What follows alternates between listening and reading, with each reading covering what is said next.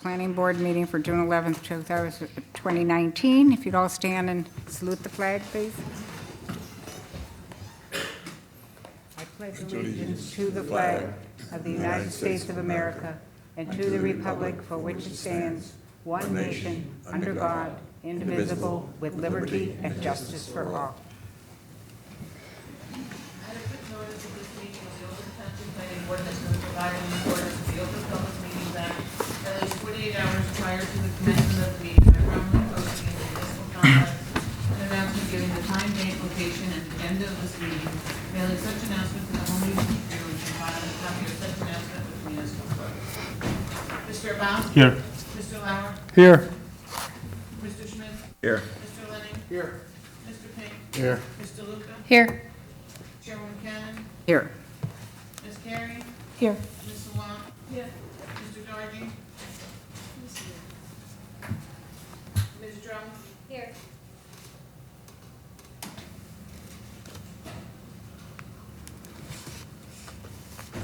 Okay, I just want remind everybody that we're on television and we're on until 10 o'clock. That doesn't necessarily mean that the meeting will be concluded at that time, but. Okay, starting out with completeness waiver, 03-19P Mount Hebron Cemetery. Yes, if you'd like to come forward, please.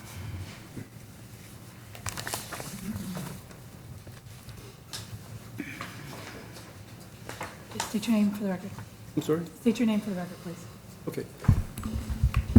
I'm George Doherty of the firm of Katz and Doherty in Lawrenceville, New Jersey. I represent, and I have for many, many years, Mount Hebron Cemetery, which is now operating under the name Liberty Grove. And I'm quite familiar with their application. I have with me Brad Bowler, the engineer, who was responsible for the design engineering components of the application. And I was very happy to read a staff report about less than 10 days ago indicating that the staff was in agreement with our request for waivers. I've done many, many planning applications for cemeteries around the state, and oftentimes things that are asked for major development applications don't really apply, and it really becomes a burden on the lot owners who own the cemetery to go to the expense. One example, not applicable here, is up in Paramus, New Jersey. The cemeteries were sewn together by farm after farm after farm, and they never once, over the years, 100 years, got a perimeter survey or individual lot surveys. Just too big a burden, hundreds of acres of cemetery. That's not applicable here, but similar things are. And we were very gratified to see that the staff saw the practicality of not requiring some of the things that we have to do, because all we're doing is expanding on an existing crematory. And for the technical questions, if there are any, I have Mr. Bowler here prepared to, if you want him sworn, I suppose that would be appropriate to answer the technical questions. And I can answer any of the legal questions that you might have. Okay, thank you. Did you have any comments? Okay, Vina, did you have any comment? No, I think the waivers sought are very reasonable. They are just adding 1,800, roughly 1,800 square feet of crematory.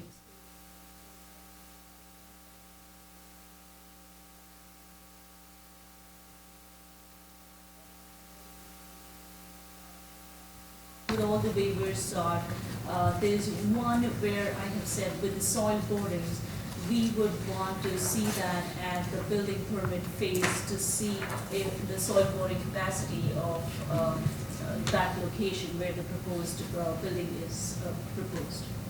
May I add our response? We didn't send a formal response, but our response was that's fine with the applicant. And with the understanding that as the hearing goes through, if there is something that's needed, then obviously we can still ask for it. Oh, yes. But for initial submission, Yes, so the your items are waived. approval will be contingent upon that being a successful submission. Okay, does the board have any questions? Okay, so we'll take a resolution. Voice vote's fine. Okay, we'll just take, if no one has any questions or comments, we'll take a voice vote on granting the waivers. All in favor? Yes. Any opposed? To clarify, this is granting the waivers with the exception of soil boring, correct, is what we're voting We on? are granting the waiver for soil boring as well. It's just that it will be required at the building permit phase. Okay, thank you. Any Yes. abstentions? No. All right, you passed. Very good. This is the shortest meeting I've ever attended. I congratulate you on your efficiency. Thank you. Okay, thank you. Okay, we have the minutes of May 7th, 2019. Do I have a motion to approve? I'll move it. Moved by Mr. Lauer, seconded by Mr. Schmidt. Roll call, please. Mr. Abad? Yes. Mr. Lauer? Yes. Yes. Mr. Lennon? Yes. Mr. Pink? Yes. Mr. Lucas? Yes. Chairman Cannon? Yes. Okay, now we have our planner. He's going to give us some information regarding the Crossroads redevelopment amendment presentation and resolution, and also the master plan reexamination report. Good evening, everybody.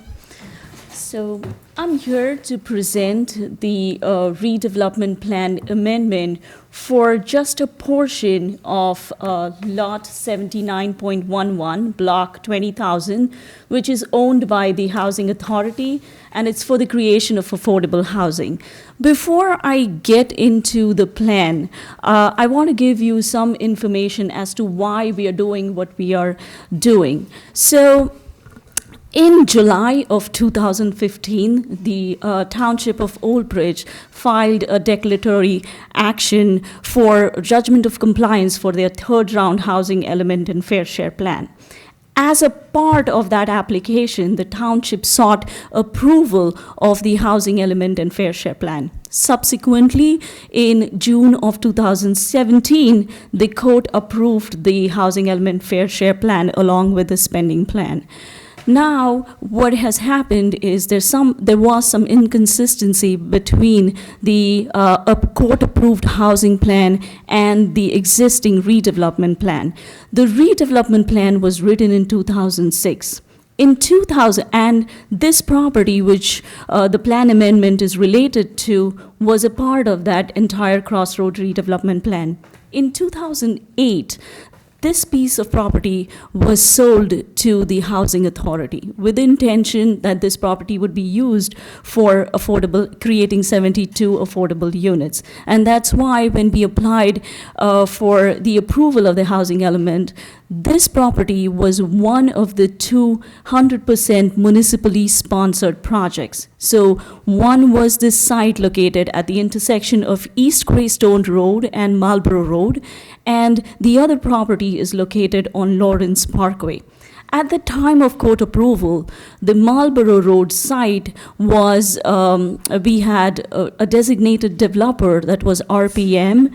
The Lawrence Parkway site had a designated developer as Habitat for Humanity. Now it's 2 years since the court has approved the plans. RPM and Habitat has their own problems. They're not interested in pursuing this project anymore. They're not interested in pursuing the project anymore. When the court approved the plan, we should have gone back and amended the Crossroad redevelopment plan at that instance, because the biggest inconsistency lies with the plan, the redevelopment plan, slating this property for age-restricted housing, whereas the housing element and fair share plan called for 100% municipally sponsored project for families and or disabled veterans. So now we are trying to amend the plan so that it's consistent with the master plan element, which is the housing element, and master plan, which is court approved again. So the plan is only for this property. In fact, it is not for the entire parcel. The entire parcel is 27 acres. This plan only affects 14.5 acres of the entire lot. So we create a new sub-district called as an affordable housing sub-district, and the new design standards, the bulk standards, apply just to this 14.5 acre parcel. On the first page of the redevelopment plan itself, there's language that says that everything else in the Crossroad redevelopment plan area still remains valid. The original plan still remains valid. The plan amendment is associated with just this 14.5 acre parcel. When I was presenting the plan to the council and the amended spending plan, there were a lot of questions regarding why this is not age restricted when we had it as age restricted. And I think it's a fair question, and which you all might have too. What happened is there is always a cap on the total housing obligation as to how much of it can be age restricted. When we went in for the court settlement, our original numbers were at something 2,000. It got down to 1,396. But out of that 1,396, we can get credits for age-restricted housing only for 25%, which means that we can get credits for only up to 349 age-restricted units. When the prior round housing plan was adopted, we had surplus age-restricted units.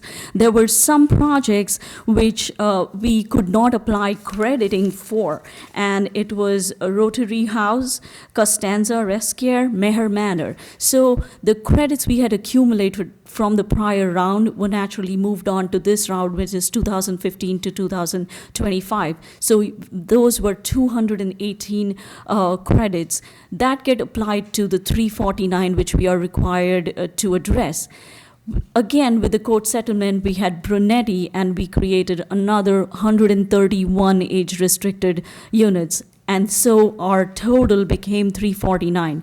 Now, even if we create more affordable housing age-restricted units, we cannot apply those credits in this housing plan period. It has to be carried over to the next period. And plus, that's why when we settled in with the housing element and fair share plan, got a court approval, we had this property slated for 100% municipally sponsored for rent for families and or disabled veterans. So this plan strictly is to make it consistent. The plan amendment is just so that our redevelopment plan is consistent with the court-approved housing element and fair share plan. Here's on your screen the aerial. The dotted line is the entire Crossroad redevelopment plan area. The property in question is this parcel, this entire parcel, which is to the northwest of Marlborough Road. And the one that is marked in red here is the 14.5 acre parcel where the plan proposes creation of a new sub-district called as Affordable Housing Sub-District. The parcel is located to the northwest intersection of East Greystone Road and Marlborough Road. Again, it's just a portion of block 20,000 lot 79.11. The plan amendment creates an affordable housing sub-district only for that portion. Like I said before, on the first page of the redevelopment plan itself, there's language that says this is a non-condemnation plan wherein the municipality will not practice eminent domain. This language has been added because it's a requirement of the local housing and redevelopment law. Also, it says that the original Crossroad redevelopment plan still is valid and applies to rest of the properties within the plan area. Based on the third round COA rules, there were site suitability requirements for affordable housing. This property clearly meets the site suitability criteria. It has direct access through Marlborough Road, and it can be, Marlborough Road is again connected to Route 18, and they have access to Route 9 through Texas Road. There is a NJ Transit bus stop, bus number 138, at the intersection of Marlborough Road and Texas Road, which is less than half a mile from the subject property. We have confirmed with OBMUA that this property is served by water and sewer, so the property definitely meets the site suitability criteria. Again, it is consistent with the state development and redevelopment plan because, one, it encourages diverse housing options when it comes to families with low income and moderate income. Also, the SDRP says that you should encourage development where there is already infrastructure. Again, OPMUA has confirmed that there's water and sewer in the area. Now the plan amendment will be consistent with the court-approved housing element and fair share plan because the housing plan, page 48, lists this property as a municipally sponsored, 100% affordable for rent project, and so the plan is consistent with the housing element and fair share plan. This is the new sub-district that was created, which is affordable housing sub-district. The permitted uses, it allows multifamily for rent residential use containing 1-bedroom, 2-bedroom, and 3-bedroom units affordable to very low income, and moderate income families with preference for disabled veterans in accordance to the state standards. So the reason we have 1-bedroom, 2-bedroom, and 3-bedroom requirement because it is the Uniform Affordability Housing Control UHAC requirement, and that's why. But in the plan, we have a limitation on the 3rd-bedroom units. The plan says that beyond you cannot have more than 25% of the entire composition as 3-bedroom.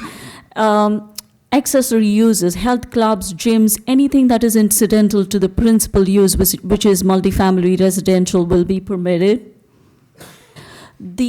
The bulk requirements kind of mimic our EDO3 because this area originally lies in the EDO3 ordinance. There is minimum front yard setback, maximum front yard setback. We don't want to encourage a sea of parking in the front, so the buildings are moved towards Marlborough Road and there's parking behind. There will be landscaping requirements and buffer requirements to screen any parking areas.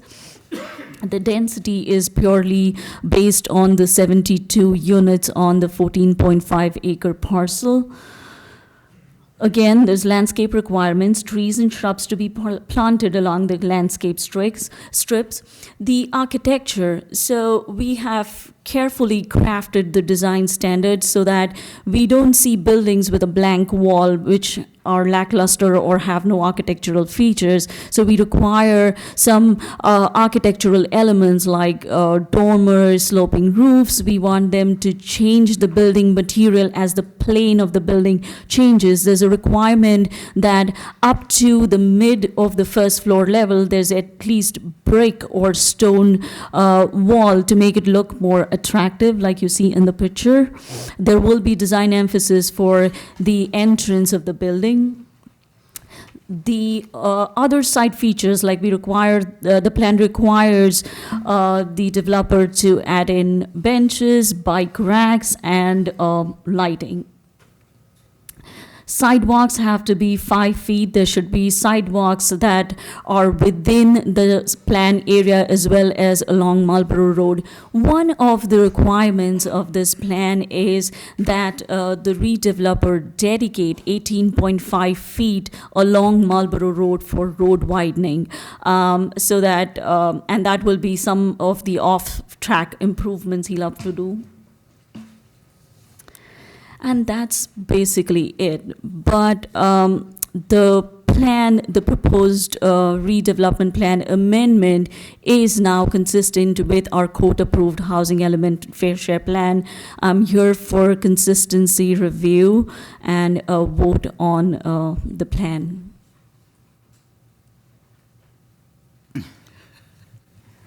Okay, anybody have any comments or questions?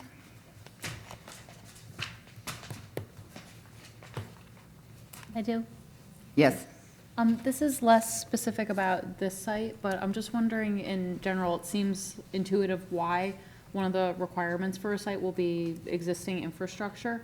But I'm just wondering, like, why, like, is the concern with having the capacity for sewer about just septics require too much space? I'm just curious about, like, why the requirement for. I think it's the state requirement that when you are putting an affordable housing development, it has easy access to water, sewer, so that you're not adding more infrastructure. It's as it is very hard to find developers who are ready to do 100% affordable project. You want it to not have undue burden on the cost too. So that is one of the reasons why it is the site suitability requirement. And that's why, if you notice, the SDRP always also mentions that one of the goal is that development should be promoted where there is infrastructure. Infill development is usually encouraged when you're doing redevelopment planning because there are roads, there is water, there is sewer, so you're not spending more on those infrastructure improvements. Thank you. Okay, anybody else? Is there anyone from the public that has any comments or questions? We'll close the public portion. Okay, and then are you going to talk about the reexamination? Do you want to vote on the resolution first? Oh, okay, take a vote on the consistency. There is it was in the packet, right? At least it was posted on the, for the members. A resolution adopting the amendment to the master plan of Township of Old Bridge as consistent.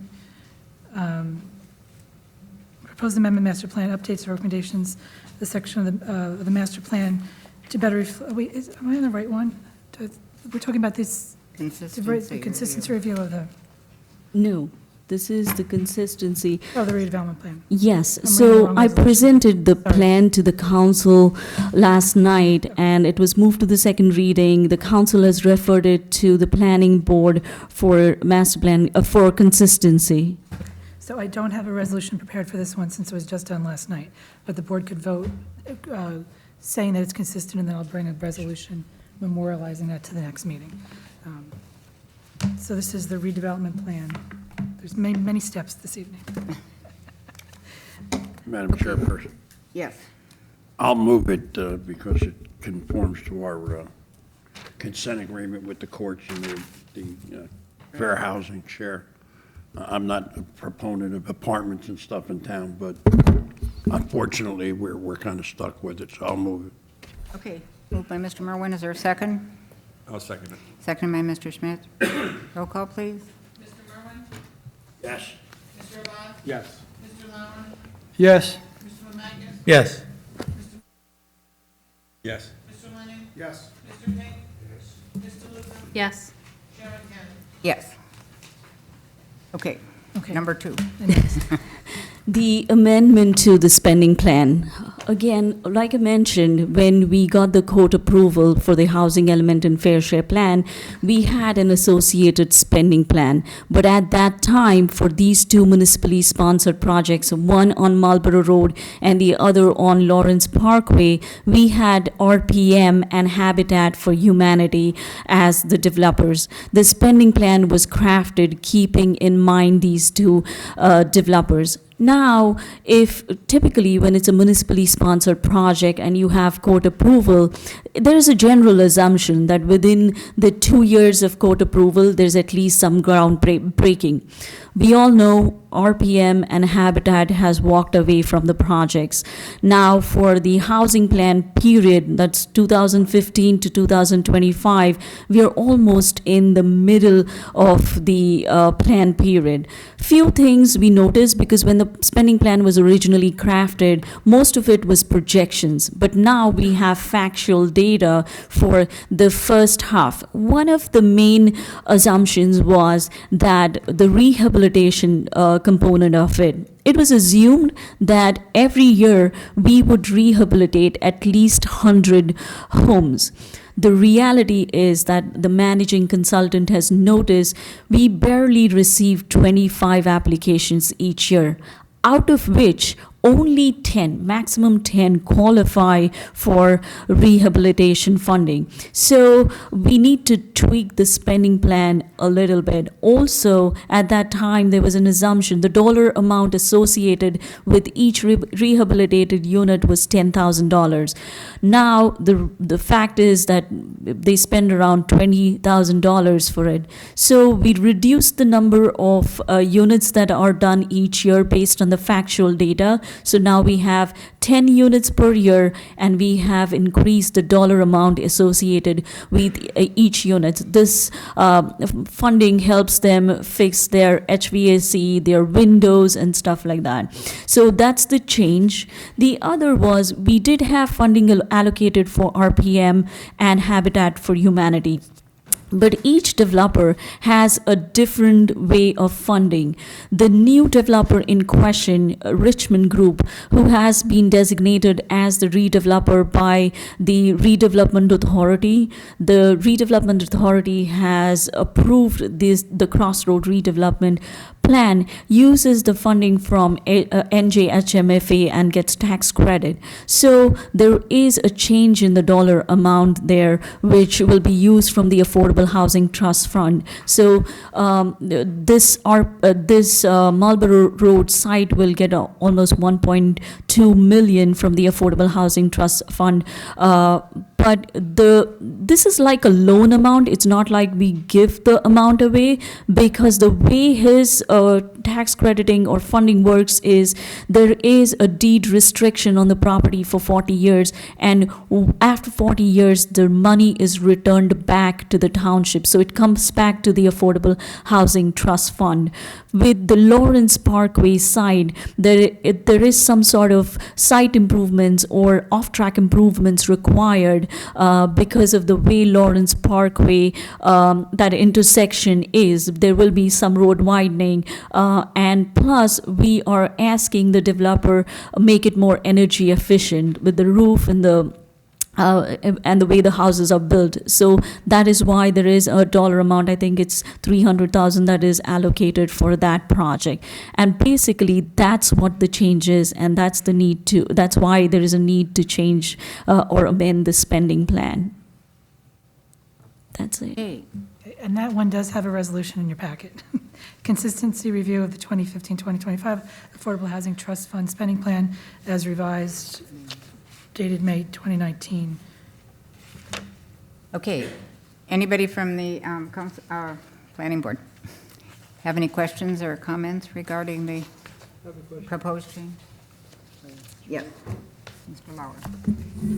Dina, the new 2019 numbers, are they up from the previous numbers that were proposed? Yes. Okay, so that's your new benchmark moving forward? Yes. And everything increases? Yes. Okay. Thank you. Thank you. Okay. Any other questions? Yes. In terms of the affordable housing assistance that's available, when you said that there were only 25 applications, is that reflective of the need not being there, or just underutilization of a program? There is a qualifying requirement, and what happens is, although we are getting 25 applications, we notice that only 10 of them truly qualify for that funding, and that's a challenge. So at some point we'll have to adjust the income limits. Maybe the income of Old Bridge residents has changed or increased, but we don't find families that qualify. And the management group has been advertising, has been trying to attract people to apply for this funding, but we just get fewer applications. In the planning department, in the engineering department, we have information readily available to help residents, but the qualifying factor is what triggers it to have lesser or fewer applicants. Okay. Any other questions or comment? Okay, I'll open it to the public. Is there anyone from the public that would like to comment on the Affordable Housing Trust Fund spending plan? Okay, I'll close the public portion. And we do have a resolution for this. So can I have a motion to approve the The resolution of approving consistency review of the amendments to the Affordable Housing Trust Fund spending plan. I'll move it. Moved by Mr. Lauer. Is there a second? Seconded by Mr. Abbas. Roll call, please. Mr. Berwin? Yes. Mr. Abbas? Yes. Mr. Lauer? Yes. Mr. Schmidt? Yes. Mr. Lenning? Yes. Mr. Pink? Yes. Mr. Luca? Chair Buchanan? Yes. Thank you. Or you still have more? The master plan re-examination, should I Oh, hold okay. off or go ahead with it? Yeah, go Can I ahead. go ahead? All right. So, in the past 1 year, I have been in front of the planning board and the council on numerous occasions. First, it was the floor area ratio ordinance amendment because it was an undue burden for residents. When they wanted to finish their basements, it triggered a floor area ratio variance and they had to seek a zoning board approval. We changed that. After that, I worked on the revamping of the EDO, or the Economic Development Ordinance zone. And when I came in front of the board for that, I had mentioned that the problem with our LDO is that the permitted uses are over-restricted. I have said it many a times that the LDO is so restrictive that you can sell ice creams, but you can't sell cookies. And many a times I get questions, or the zoning officer gets questioned on why is this use not permitted, like tutoring classes. We are in the commercial zone. Why are we not allowing tutoring classes?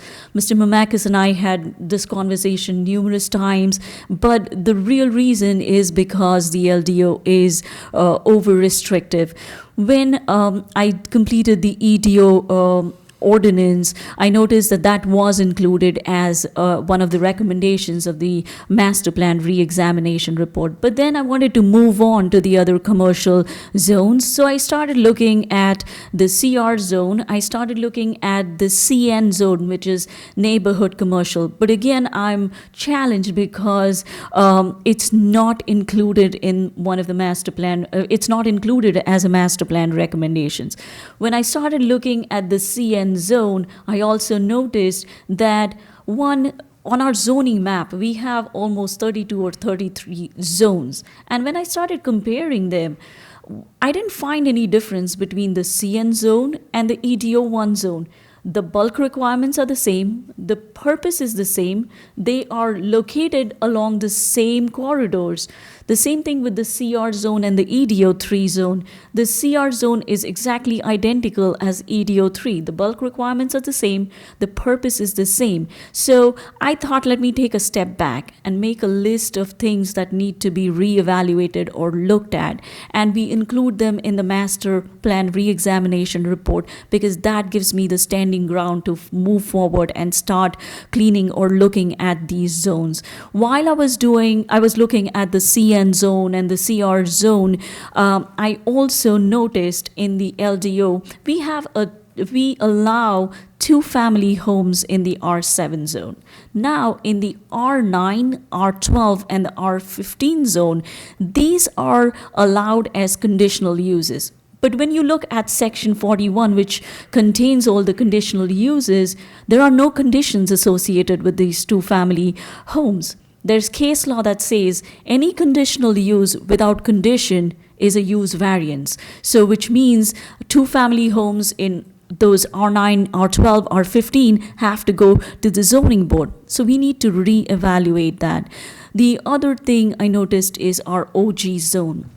When this zone was originally created, there was a vision for it. These zones were generally located along Route 9, Route 18, and due to the easy access to highway, we thought it would attract more offices. When you look at the current OG zones, most of them contain commercial uses. Also, we know that the office use or the general idea of office use has changed. With people working from home, office space there's less demand for office space. And I have worked with other towns where office buildings are vacant and they are now creating redevelopment plans or adaptive reuse of those office spaces to see how they can be better utilized. This is our chance. We should reevaluate the OG zone and maybe allow more non-residential uses on those properties, because as it is, we see that these zones do have commercial uses on it already. So that was one part. The other, as a part of GDP, we have approved planned developments, but some of these lots, the bulk requirements don't match with the underlying zoning. So there is need to reevaluate that part. Also, the home business, home professional office, and home occupation, the definitions are kind of similar. There is a very thin line to demarcate it. I think those definitions should be reevaluated. So these are the recommendations I added. The change in the re-examination is pertaining to only these recommendations. It's only on page 18 of the master plan re-examination report that was circulated to the planning board. But that's it. Okay. Anybody from the board have any questions? Yes, I do. Yes, Mr. Merwin? Page 16 of the re-examination of our master plan. The first paragraph there under the picture. The permitted uses in the EDO 1 and the EDO zone should be studied for the feasibility of multifamily residential uses mixed with non-residential use. Right now, it's a possible use, right? No. So, one, I did change that section. Two, if you go to page 13, it is a recommendation from the prior master plan, and it is a recommendation that was never addressed. But on page 17 is where the new recommendations start. And under the new recommendations, if you look at the bottom, subsection E, it says, current EDO zones have a purpose of encouraging the development of businesses and non-residential uses. The land uses permitted in the EDO 1 and EDO 3 zone should be studied to determine whether they should be expanded to create greater flexibility and diversity that would strengthen the local economy and benefit Old Bridge Township. And that's exactly what we did when we came in with the EDO zone amendment. So yes, that recommendation was made, but it was prior to this master plan re-examination amendment, and it is not valid anymore. When you read that amendment to the master plan, it very much calls for it. Matter of fact, the wording was multifamily residential flats, all right, for a possible use in it. And that was in the master plan amendments, I believe, of 2011 or 2013. Right, so they very much do. I want to eliminate it if it's at all possible. They should be coming for permission to ask and put residential and non-residential uses. We shouldn't be giving them the carte blanche to be coming in and getting it. I believe we addressed the multifamily issue when we did the EDO zone amendment, because we don't allow it as a permitted use at all. It is in this master plan only as a prior recommendation. So that was a recommendation in, I believe, the 2000 master plan re-examination report, which I was not a part of.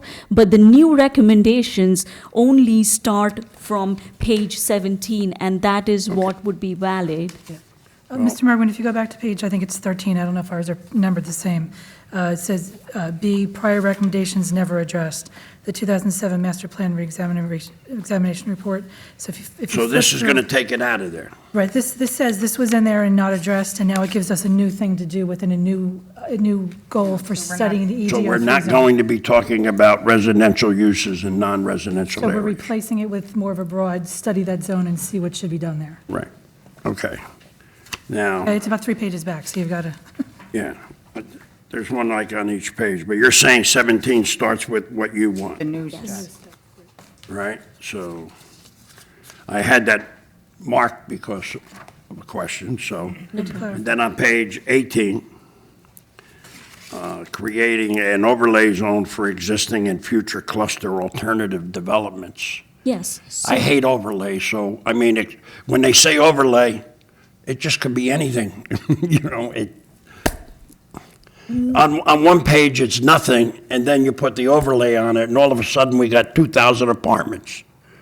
I mean, this is not spelling anything out, this is very, So we do have approved cluster zoning within the town.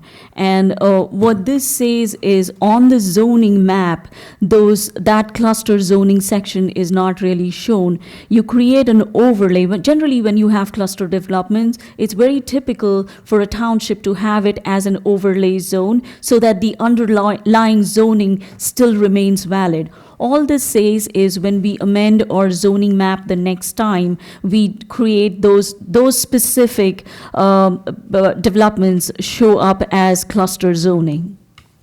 But it's not a different type of, No. we're talking about the same thing, it's just how they're put together on a Exactly. piece of property. Exactly. Like, even for example, if you look at our zoning map, the crossroad redevelopment plan is shown as it's marked up as a hatched area. There is no boundary demarcated on the zoning map as a redevelopment plan area. Typically, the townships I have worked with, their zoning map will clearly identify those redevelopment areas and call it a redevelopment area. Our zoning map doesn't have that. So the next time we look at our zoning map amendment, these are certain things we could change and make it look better and clearer. as long as that overlay doesn't have, you know, more apartments. And on 19C, 3C, Sure. it's big, and where was this supposed to be, do you know? Unfortunately, no, because this was not something that was added by me or is a part of this amendment. This was approved by the planning board, the council, when they did the master plan reexamination in 2017. So it would be hard for me to know where the property is located. I'm wondering, we have that whole area under the redevelopment plan, and why we wouldn't have an alternative route in there because of the heavy truck traffic that would be anticipated. We already have a problem with the trucks coming down Poor Farm Road into our neighborhoods, and this might have given them a way around it. And that's my concern, is getting the truck traffic, which our roads are not ready for. You know, we're approving 300,000 square foot buildings, which is great, except the truck traffic that is creating our roads, the infrastructure that we have, are not ready for it. I might be able to, on this property, I believe in Manzo Boulevard, I believe that one single property owner was now in possession of like all the lots around all sides of this proposed road. So what they were asking for was to not have to develop it and to actually just vacate it completely. And instead of doing that, the town fought with them and said, we want you to at least provide an emergency access. So instead of getting rid of it, this was the alternative. Leave us an emergency access to be able to get through there. Because for fire truck, I'm talking about right. everyday truck Right. traffic. So that we're not coming down Cheesequake Road, Poor Farm Road, Perrine Road. You're talking about 18-wheelers here, you know. The intersections are not wide enough for it. Cheesequake and Bordentown is not designed for tractor-trailer traffic. The railroad crossing on Waterworks Road is not designed for tractor-trailers crossing over it. So if this was a way to get around it, it might have been a good thing, and that's, I think part of the argument actually in favor of them vacating the road was that it came, the end of it, I think, was toward the residential houses. There was a concern that it was going to make more cut-through over near the residences if they did actually ever finish this road. But it's a couple years back, I'm just trying to remember. I don't have the papers in front of me. No, you're right. And again, we're not changing it now. This was something that was there, and this is nothing changed. That's it, right. that was my question. That was, Nothing you know, changed. why we're not, if we have the ability to do it, why we're not planning for that, for the truck traffic to get, to get into this redevelopment area that we've created, so that our residents aren't being put up with this. But, Okay, thank you. That's it. Anybody else have any questions? Yes, Mr. Luca. I'm interested in point H on page 18. Correct me if I'm wrong, but what I'm taking away from this particular portion is that two-family housing, when conditional uses were established, it would be easier to obtain, correct? Or it wouldn't require like additional, like going before So zoning? usually the way conditional uses work is that suppose gas stations, to give you an example. Gas stations are permitted in X zone only if they meet conditions A, B, C, D, E. What happens is if the proposed gas station does not comply with one of the conditions, then it triggers a D3 use variance and the application is heard by the zoning board. In this case, two-family homes are permitted conditionally in the R9, R12, and R15 zone. What it implies is that two-family homes should have had conditions X, Y, Z, and it should have been included in our section 250-41 of the LDO. If you look at that section, there are no conditions associated with two-family homes. What happens because of that is our schedule of permitted uses lists two-family homes as a conditional use in these zones. But because there are no conditions associated with it, there is case law that says any conditional use without conditions is a use variance, which means the use is not permitted and has to be heard by the zoning board. So all I'm saying is we need to reevaluate. If we really need to allow two-family homes in those zones, then we need to create conditions for two-family homes. At this point, because it does not have any conditions, they should be sent to the zoning board for review. Okay, so then by the creation of conditions for this, it may potentially facilitate building. Sure. For what it's worth, I do think it's interesting. I feel like you either hear single-family homes or like gigantic apartment development. This struck me as interesting because it seems as though doing, duplexes and fourplexes and things like that seem like a nice way to integrate multifamily housing into existing communities. So True. it does seem nice to take some steps towards making that more possible. True. Okay, any other questions or comments? Anybody from the public have anything to say or question? Close the public portion. Okay. So, So there's a motion, there's a resolution on that. a resolution, So this has a resolution in your packet, a resolution adopting the amendment to the master plan of the Township of Old Bridge, Middlesex County, New Jersey. With the main whereas clause, the proposed amendment to the master plan updates the recommendations section of the master plan to, among other things, include recommendations that some of the existing zone designations within the township be updated to better reflect the prevailing size of the lots in those areas, to consolidate zones that have overlapping purposes, to remove, modify, and add provisions to the zoning ordinance to clarify intent and remove inconsistency, and to better address setbacks for certain accessory uses. So it's a summary of what Venus just said. okay, do we have a motion? I'll move. Moved by Mr. Luca? I'll Second? second. Seconded by Mr. Mr. Merwin. I want to get. Roll call, please. Yes. Mr. Abad? Yes. Mr. Lauer? Yes. Mr. Malakis? Yes. Mr. Spitz? Yes. Mr. Lennon? Yes. Mr. Pink? Yes. Mr. Luca? Yes. Chairman Cannon? Yes.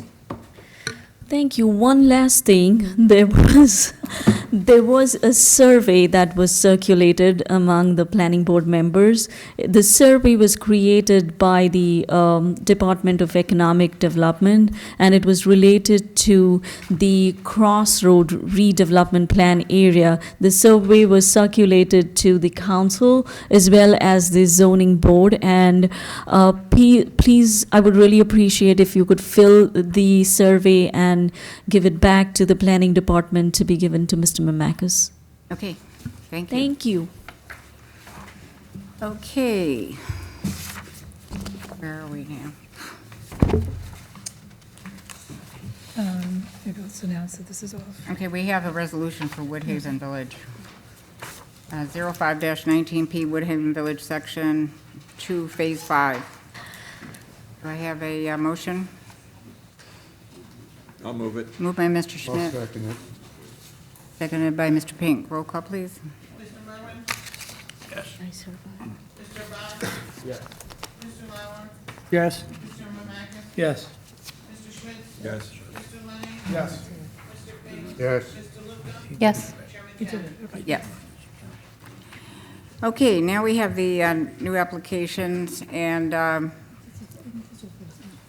first one is 01-19P, new private restaurant properties, major preliminary and final site plan, although I understand you're just going for preliminary with C variances. Could you, I know it's hard to tell, but could you just give us a sense of how long you think you'll, I know Mr. Testino was concerned as to whether he's going to be heard tonight, so. Have 4 witnesses. We have a project representative from the applicant. We have our site engineer. We have our traffic engineer. And we also have a planner because we do have some variances we have to prove. So it's not a direct answer, but it's not going to be a half hour, that's for sure. Okay, so I don't know, Mr. Testino, if you want to. We go to, what, 10:30? 10:30. And they can't present any new witnesses after 10, right? Is that what we do?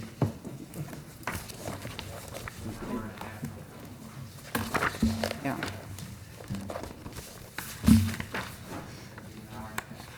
Pardon me? Likely.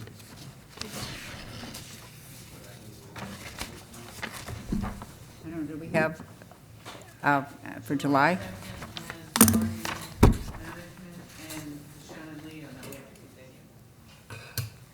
It should be fairly quick. That's a minor subdivision with a side lot line issue.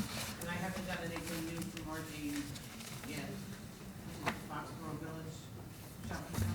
Oh, They haven't submitted anything new. Mr. Chair, Madam Chair, Madam Chair. yes.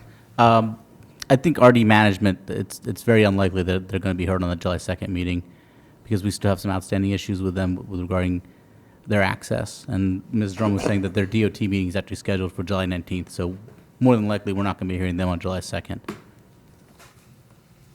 Okay, so they could go on in July, and would they be first, or? Yeah. Okay, your first spot in July, if you want to be continued. Do we have to do anything?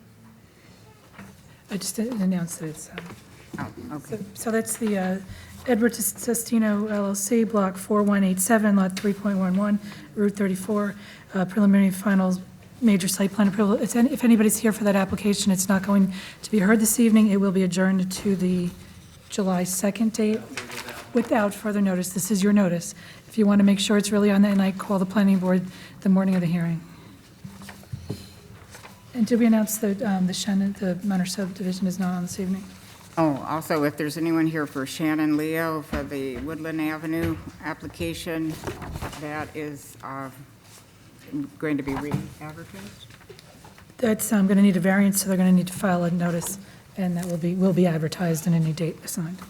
Yeah, and a new date assigned. Or, oh, yeah. Okay. Mr. Shumowitz. Good evening, Madam Chair, members of the board. Ron Shemanowitz here on behalf of the applicant, New Private Restaurant Properties LLC. We're before you tonight for preliminary site plan approval. We had actually applied in notice for preliminary and final. We will be withdrawing the application for final approval. You'll hear a little bit more about that tonight because of the timing with the acquisition of the DOT parcel. So the main part of the application tonight will be, or the relief sought, I should say, is preliminary major site plan approval. There are bulk variances that we require, and there are certain design waivers that we require. The property in question is known as Lot 1, Block 10257, as well as a portion of Parcel 1B, which is a DOT parcel, which you'll hear about in testimony. Those two properties put together is what we're presenting tonight. The property is more commonly known to you all as the Outback Steakhouse on Route 9 and Route 34. It's in your ED03 zone. It has frontage along 34, Route 9 west, to the west, and Perrine Road to the south. The proposal is really an updating of the restaurant. The restaurant is badly in need of coming into today's world. It's a rebranding of the restaurant. You'll see some really nice renderings of what is being proposed. It's really a modernization of what's out there today. So we propose to demolish the existing 8,990 square foot Outback Steakhouse restaurant and construct a much smaller restaurant structure of 6,612 square feet. So there's actually reduction in the restaurant structure. The proposal is in two phases, and you'll hear more about that from the applicant as well as the professionals. The first phase will include the construction of the new Outback Steakhouse restaurant building, together with associated parking spaces and stormwater management facilities. Phase 2 will include the demolition of the existing Outback Steakhouse restaurant and construction of the 2,500 square foot retail building. So there's, in addition to the new restaurant, there's also 2,500 square feet of retail. You'll hear through the testimony that we plan to keep the restaurant open. So this is a phasing or a transition, and the representative of the applicant will take you through that plan, how it's going to be managed. To the extent needed and appropriate tonight, we are seeking to put lands together. So we are looking to put together the DOT parcel with the existing tax lot. To the extent that requires a merger or a minor subdivision, we seek that relief, but we do not yet have control of the DOT parcel. You'll hear the status of that from our traffic engineer. It's a long process dealing with DOT. There are a series of bulk variances, which our planner will address. There are a series of design waivers, which our engineer and planner will address. We do have the review letters and are prepared to address those. And as I stated to the chair's question, we have with us tonight Jamie Butler, who is a representative of the applicant. He's with the company. We have Chris Zalay, who's our site engineer with Menlo Engineering. We have Scott Kennel, our traffic engineer. And last but not least is our planner, John McDonough. And with that introduction, unless there's any other housekeeping, my first witness would be Jamie Butler. We could have Mr. Butler come forward. And get you sworn in. Do you swear or affirm the testimony you're about to give in this matter is the truth, the whole truth, and nothing but the truth? I do. State and spell your name for the record, please. My name is Jamie Butler, Jamie Butler. And Jamie, just a few housekeeping items before you sort of roll with your testimony. Could you just state your position with the applicant? I'm the Senior Director of New Site Development. Okay, and how long have you been with the company? I've been with them today 26 years. Oh, congratulations. And you've been primarily responsible for the management of the redoing of this site, for lack of a better term? Both times around, yes. Both times around. Okay, what I'd like you to do is sort of take us through the history of what we have out there today and what the plan is from the applicant to transition into the new development. And more particularly, why you're doing it. Okay. So what we have today, I think most of you probably know the history of the site, an older building that we purchased the building and the property probably right at 25 years ago. We redeveloped the building into the Outback Steakhouse that's there today. We've had a great history at the site. What we like about the site, it's a fantastic location, you know, being between Route 9 and Route 34. Been there for, like I said, almost 25 years as I recall. We've had a very good relationship with the community. We've done well, and we've situated ourselves with a lot of local employees as well. A couple of things we don't like about it. The building, as I said, it's really old. The parking lot is old. It's kind of a hodgepodge parking lot if you've been there. And the biggest thing is the building just doesn't reflect our current brand image. We're going to present a new prototype building to you tonight. We're very proud of it. In the state of New Jersey, I think this will be the second one. We're getting ready to open a similar building down in Mays Landing area just in a week. So we're very happy to have this building coming to this area, and it's going to reflect the brand image that we're going to promote in the entire Outback Steakhouse concept. So we're looking forward to redeveloping the site.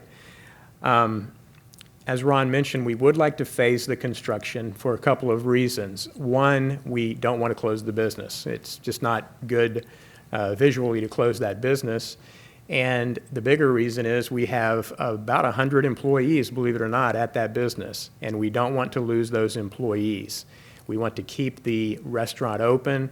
We will present at the appropriate time a detailed phasing plan, but you'll see on the site plan we want to move across the parking lot into an area that's partially green today, as a matter of fact, build our new prototype, having it completely fenced off during construction. It won't be an eyesore, I promise you, during construction.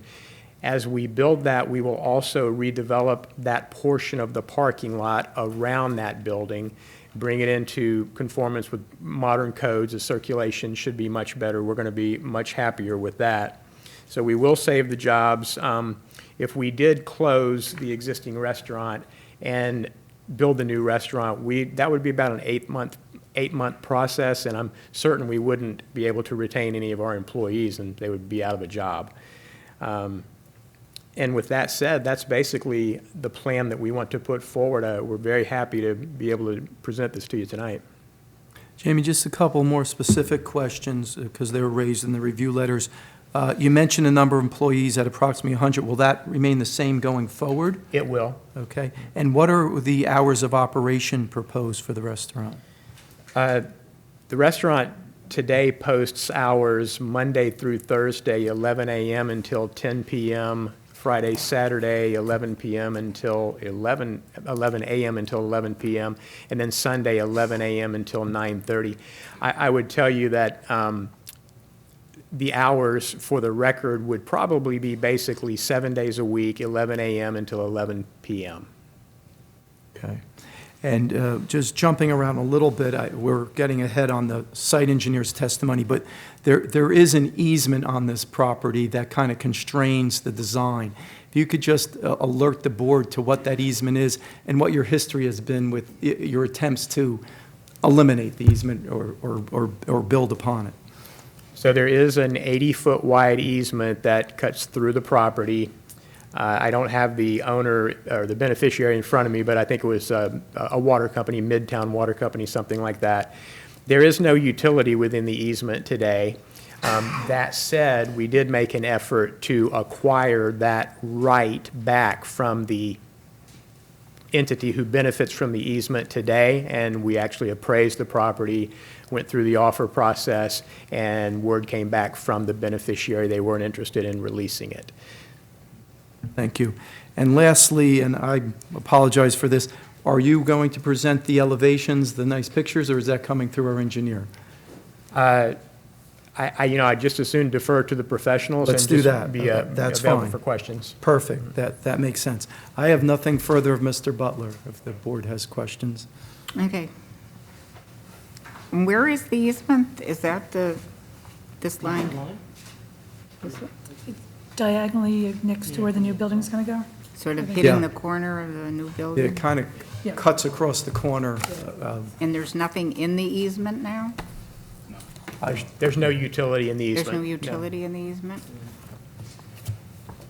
It's a legal right that was established long ago, and the holder of that right just has no interest in giving it up, even though they're not using it. Right?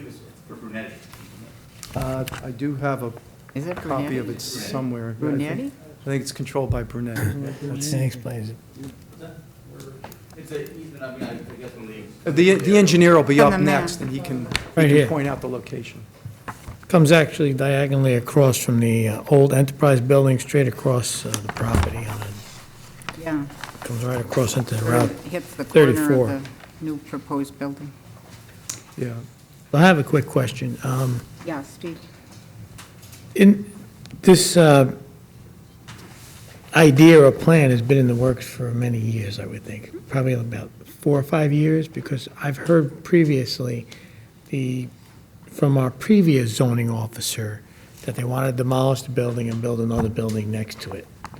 And I don't know if our zoning officer at this point in time has looked at this. Not that this is to discourage this, but I think there was an issue being that you were going to take a building down and then just basically put one up at the same time? Or is it, you're going to have two at one time, almost in sync, one being demolished and one being built? That's the plan. But it looks like it's going to sit in the same footprint, but a little bit smaller. So the building will sit in a totally different footprint than new building, and we'll build that building, cordon it off with a nice fence, and work on the parking lot at the same time in phases. When that building is nearing completion, we will go into that building and train everybody in the new restaurant. As we do that, we'll demolish the old building. I would suggest that time down would be very manageable, probably 30 days. Because I remember concerns, and it's a previous zoning officer, of having two buildings at once and the circulation on the property. But that's all I have. One of the things that we've asked for, and I think Mr. Shimano has sort of alluded to that earlier, is that we've asked for detailed phasing plans for exactly how this operation is going to work.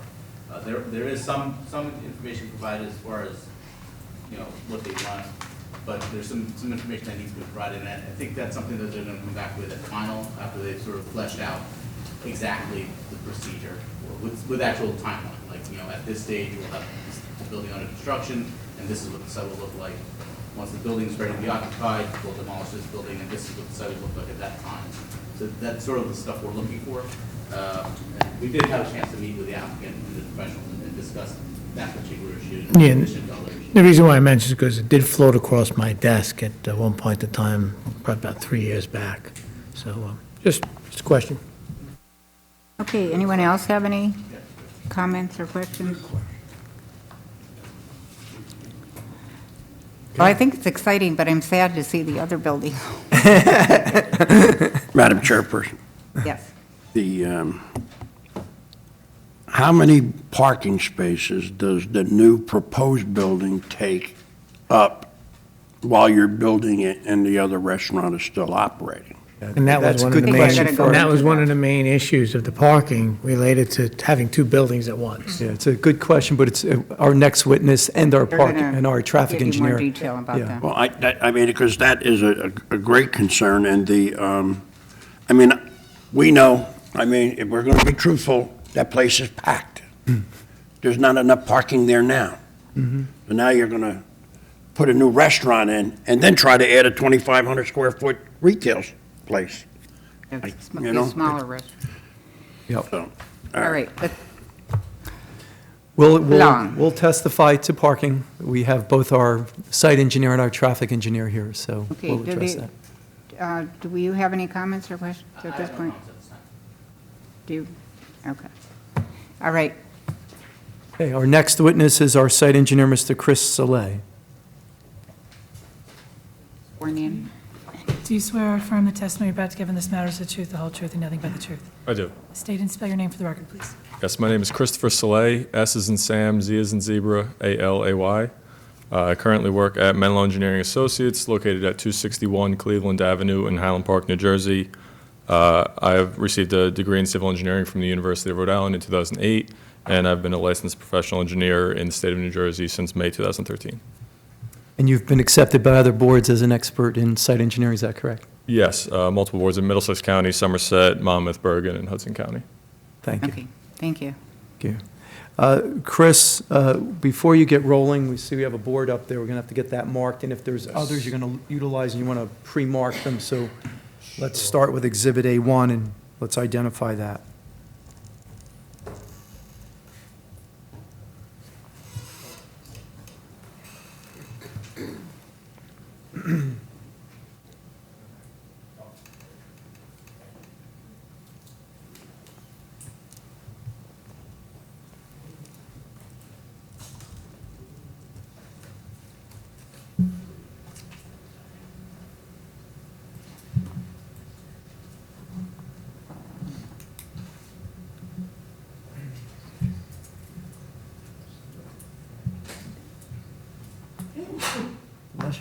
Bless you.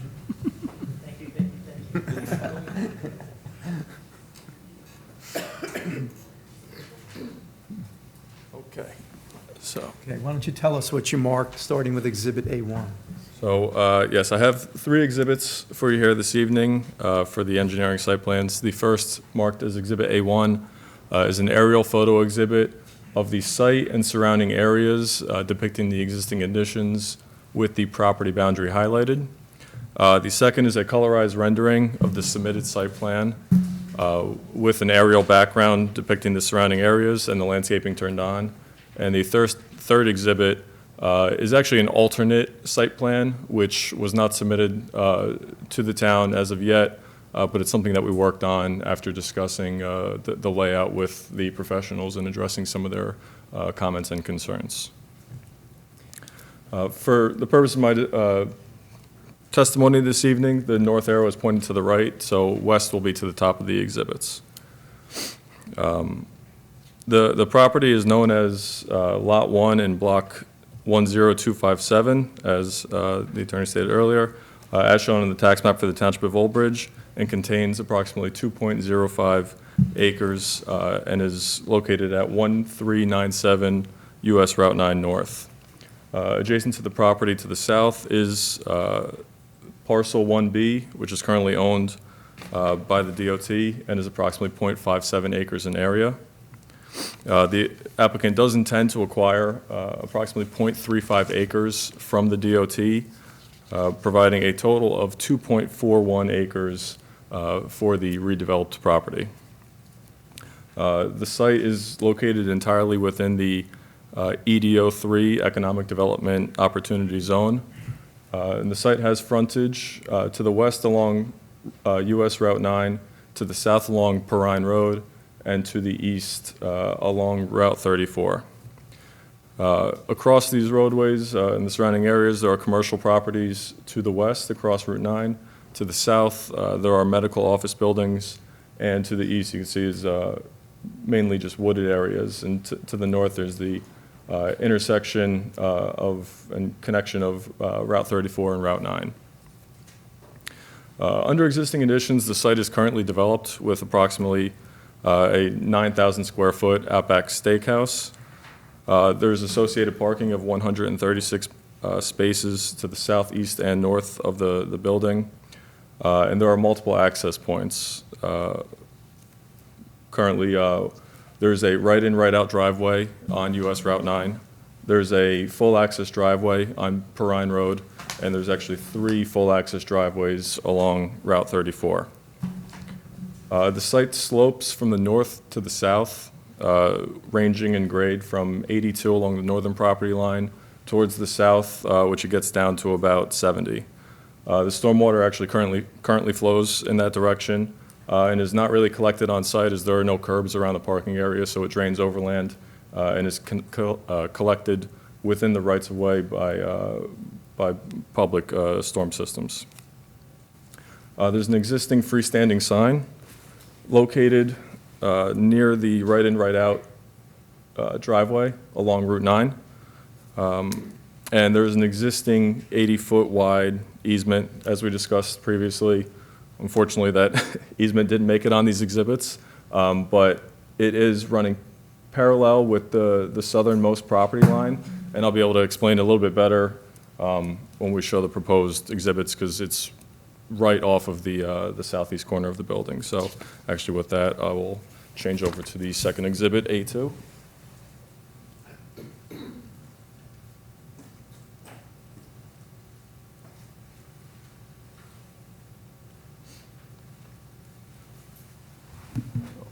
A2, as I stated, is a colorized rendering of the submitted site plan with an aerial background. What the applicant proposes is to demolish the existing Outback Steakhouse and construct a smaller 6,612-foot restaurant. It'll be set back 24.8 feet from Route 9 and 93.4 feet from Perrine Road, with the main entrance on the western face, kind of at the southwest corner of the building, facing towards Route 9. The applicant also proposes to construct a 2,500 square foot retail building at the north end of the site, just behind where the existing building is currently located. And that building will be set back 10.5 feet from Route 9 and 18.4 feet from Route 34, so it's kind of tucked into that northern corner. With the redevelopment, the applicant proposes to reconfigure the parking area to provide 122 parking spaces, including 5 ADA spaces, 3 of which are near the Outback Steakhouse restaurant, 2 of which are at the front of the retail building. Access with this reconfiguration, the full access driveway on Perrine Road is to be closed off, and 2 of the 3 full access driveways along Route 34 are to be closed off. The southernmost driveway along Route 34 is to be reconstructed and slightly reconfigured.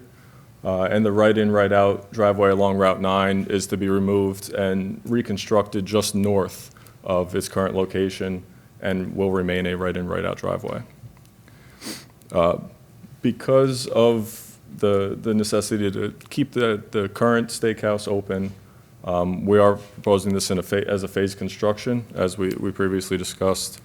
If you want to break it down into phase 1 and phase 2, the kind of connecting the new driveway from Route 9 to the driveway along Route 34 is kind of the dividing line from phase 1 to phase 2. And then we're actually further going to break down phase 1 into kind of a phase 1A and phase 1B. And that's just due to the requirement, how many parking spaces we're going to need to keep functioning, as well as while there's construction going on. And since we're reconstructing some of the access points to the site, one access driveway is going to have to remain open while another one is under construction. So that phasing is going to have to be kind of looked at carefully, which I have done already, and I'm confident that we can make the phasing work safely, and we'll provide enough parking to maintain the existing Outback Steakhouse. I know we're not searching for final approval tonight, so we're going to provide a more detailed phasing plan. I think at that point it'll be easier to visualize exactly what we are proposing rather than trying to visualize it through my words. But I know the parking concern, we are maintaining at least 100 parking spaces throughout the phasing process to service the existing Outback Steakhouse. And there may be some parking attendants or valet attendants that will aid in the parking, since I'm sure there will be concerns about that. So moving on, loading for the 2 new buildings. We don't have a striped loading space, but we do have designated areas where loading will be performed, basically both in front of the dumpster enclosures. There's a dumpster enclosure at the northeast corner of the Outback Steakhouse restaurant, and there's a dumpster enclosure at the off the southeast corner of the retail building. Loading, we anticipate to take place in front of these 2 dumpster locations. It's going to take place during off hours for each facility, early morning before anyone is arriving to each facility. So the parking lot will be open, maneuverable, and it won't conflict or cause any safety concerns throughout the site. For signage, the existing freestanding sign that I previously mentioned is to be removed. What we're proposing are two new monument signs, 144 square feet each, located south of each of the two proposed driveways. So there'll be one on site just south of the Route 9 entrance point, and then one just south of the Route 34 entrance point. The signs are to be set back from the rights-of-way 10 feet and are to be a maximum height of 12 feet in accordance with the township ordinance. Also, we're proposing 4 facade signs on the Outback Steakhouse restaurant. I may actually put up the architectural plans.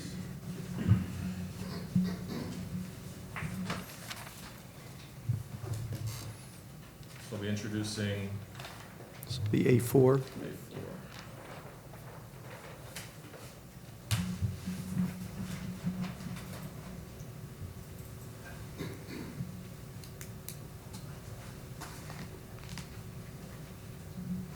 This whole thing will be one exhibit, or each plan will be something like that? Or you can mark it all. You want to mark the front of it as one and just identify how many sheets there are? Sure, what yeah, they there's are. 5 sheets. 5 sheets. This is A4.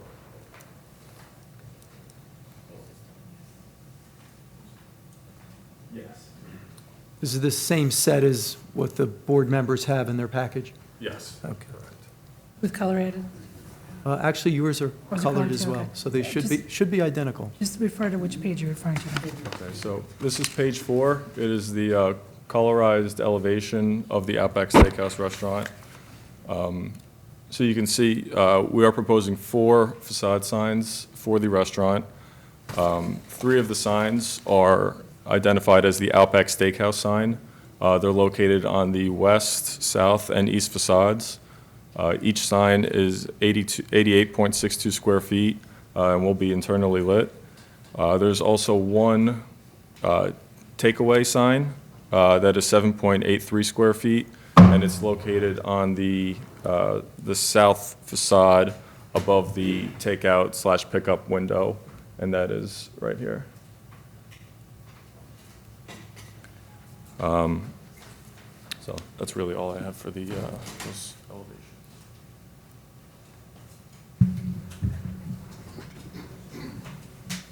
Going back to Exhibit A2, I'll touch on the proposed landscaping. With the redevelopment of the site, we are planning to remove 17 existing trees, 3 of which will require tree replacements, and a total of 11 trees are required to be replaced.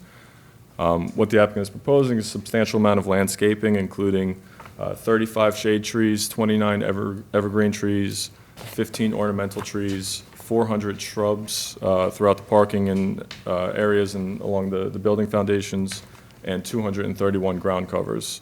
This will help, beautify the site. I think this will enhance the site, provide additional landscaping that,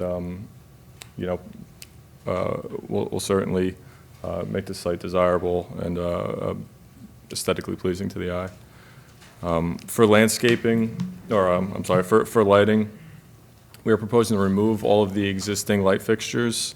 What we're proposing are 9 pole-mounted LED fixtures, approximately, or 17 and a half, mounted at 17 and a half feet high. This is bringing the lighting on site up to today's standards, providing environmentally sensitive and efficient light fixtures, where previously I believe there were shoebox fixtures, which most companies actually don't even spec those anymore. So this is bringing the site up to current standards. The total disturbance for this project is over 1 acre, which triggers stormwater management regulations. With the improvements actually reduce the impervious coverage on site. So by that, we actually meet the runoff reduction requirements, groundwater recharge, and water quality requirements simply by reducing impervious coverage. So that complies with the NJDEP requirements as well as township standards. As I stated before, the site currently drains from north to south in order to maintain the existing drainage pattern, which is required. We are continuing to grade the site from north to south and providing on-site drainage catch basins, which will collect and convey runoff to the existing drainage system within Route 9 and Perrine Road. All the other existing utilities that service the existing steakhouse are to be removed. New water, sewer, gas, and electric services are to be provided to the building. A grease trap will be provided also outside of the new restaurant to catch grease before it enters the off-site existing downstream sewer system. And we actually are required to provide a pump station. Just the inverts of the site are a little bit too low to tie into the existing sewer system. So we're providing a pump station which will then connect to the existing sewer system near the southeast corner of the site. That's really it for the proposed improvements. I'm going to go through the variance that we are requesting as well as the waivers. Starting with the minimum lot area of 3 acres is required for this zone. Existing, there's 2.05 acres for Lot 1. With the acquisition of a portion of the DOT parcel 1B, we are bringing the proposed lot area up to 2.41 acres, which is still a variance, but closer, and it's a lesser variance than what was previously existing. The second variance required is for the minimum front yard setback off Route 34.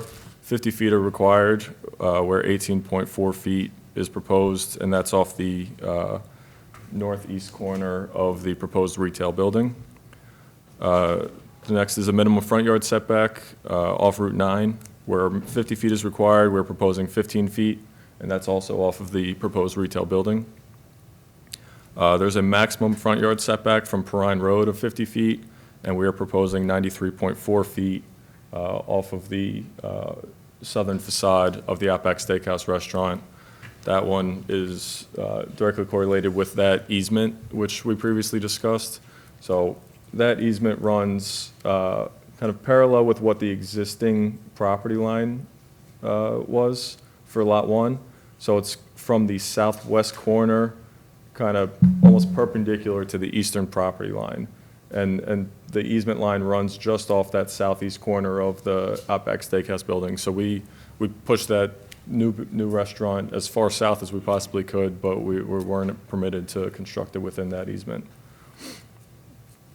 The next is for a minimum landscape ratio of 0.4 required within the parking area. The existing ratio is 0.18, and we're proposing 0.23. So we're actually improving this existing nonconformity. The next is for the minimum landscape buffer of 25 feet required. Under existing conditions, it's 0. The pavement goes right up against the property line, and we're proposing 5 feet. So again, we're improving this existing variance. The next is for the number of facade signs. I would say this is for the Outback Steakhouse restaurant, where 1 is permitted. We're proposing 4.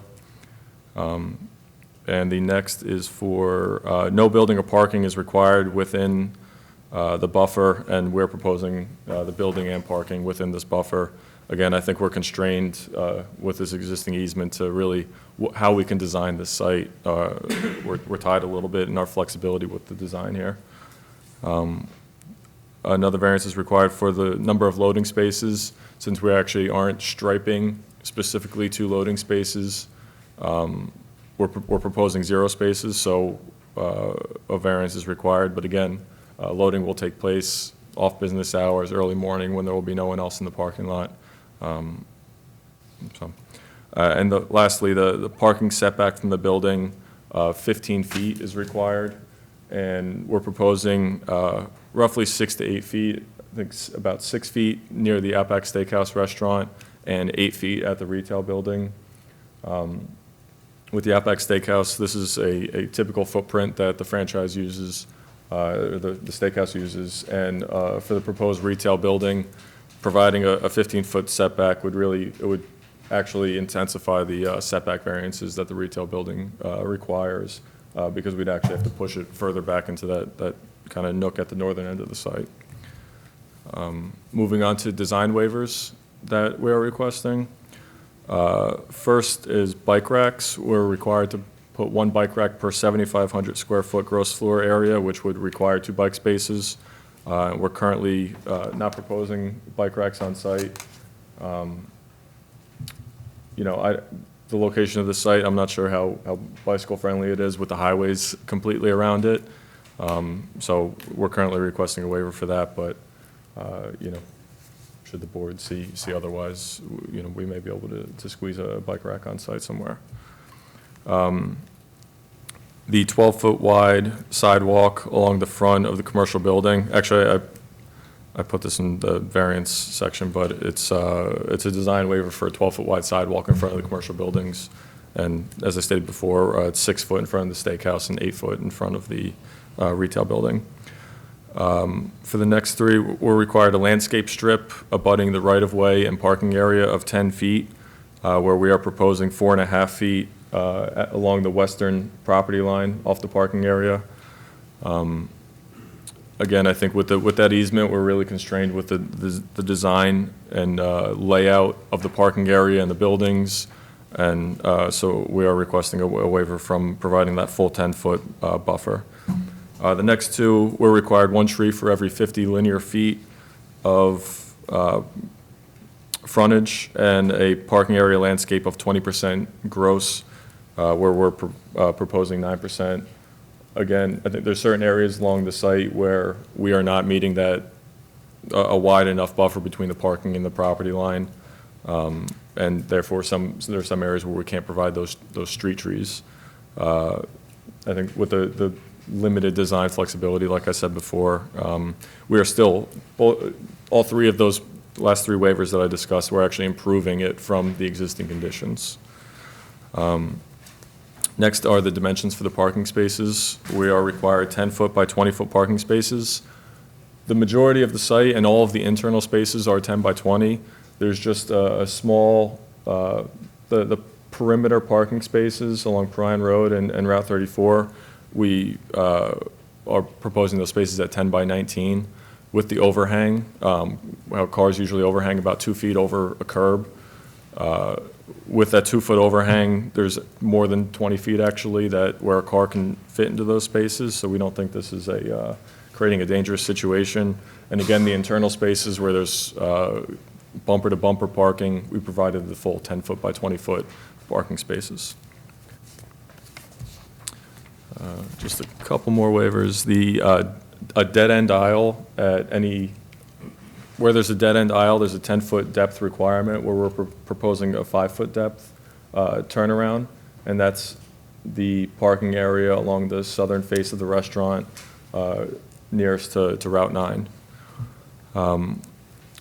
So currently, again, with the layout, the easement that limits our configuration, this configuration is not ideal. This is something that the professionals brought up, having a dead-end drive aisle, but with the limited flexibility, we did actually work with the professionals and to kind of modify our design a little bit. We're proposing we're striping off one of the parking spaces at the end of that drive aisle for a turnaround space. I'm actually going to show the alternate layout when we get to the traffic engineer's review letter, and I'll go through kind of a couple of the concerns that the traffic engineer and the other professionals had, and go through some of the changes that we made. So the next waiver we're required is for islands provided in the parking area for every 10 spaces. We're proposing an island for every 12 spaces. There's actually only one place where there's 12 parking spaces without an island. This is actually an improvement over the existing conditions where there was 16 spaces without an island. And again, so we're requesting a waiver from that. And lastly, there's a curb radii minimum of 5 feet. And we're proposing less than 5 feet in a couple of the interior islands. I don't think this creates a dangerous situation. This is within the interior parking area where cars are generally moving quite slowly, so for cars to maneuver around these islands, I don't think that will be an issue. And that is it for the variances and waivers, so I guess we can move on to... We can address the review letters unless the board wants a break for questions, however you wish to. We're prepared to go through the reviews if that would be helpful. Yeah, maybe take a break. Okay. First of all, do you want to comment now, or you want to wait? We are, but I was just taking a break for the chair to Okay. sort of manage Yeah. us a little Does bit. anyone have any questions or comments regarding this testimony? I do. Okay. Mr. Lauer, and then we'll do Steve. Good luck. The total square footage of the existing building is how much? Approximately 9,000 square feet. Okay, It was so- 8990. It's over 9,000, okay. Just under 9,000, I'm sorry. The proposed new building looks like it's going to be blocking the entrance off of Route 9 while you're constructing it. And the new entrance from Route 9 looks like it's going to interfere with the old building. But it's hard to tell on these drawings because the existing conditions are very light. Yes. Could you explain that? So that goes back with the phasing and how we're talking about phase one will be to the south, kind of this, the proposed entrances. So what we will be submitting to the town is phase one kind of broken down into phase 1A and phase 1B.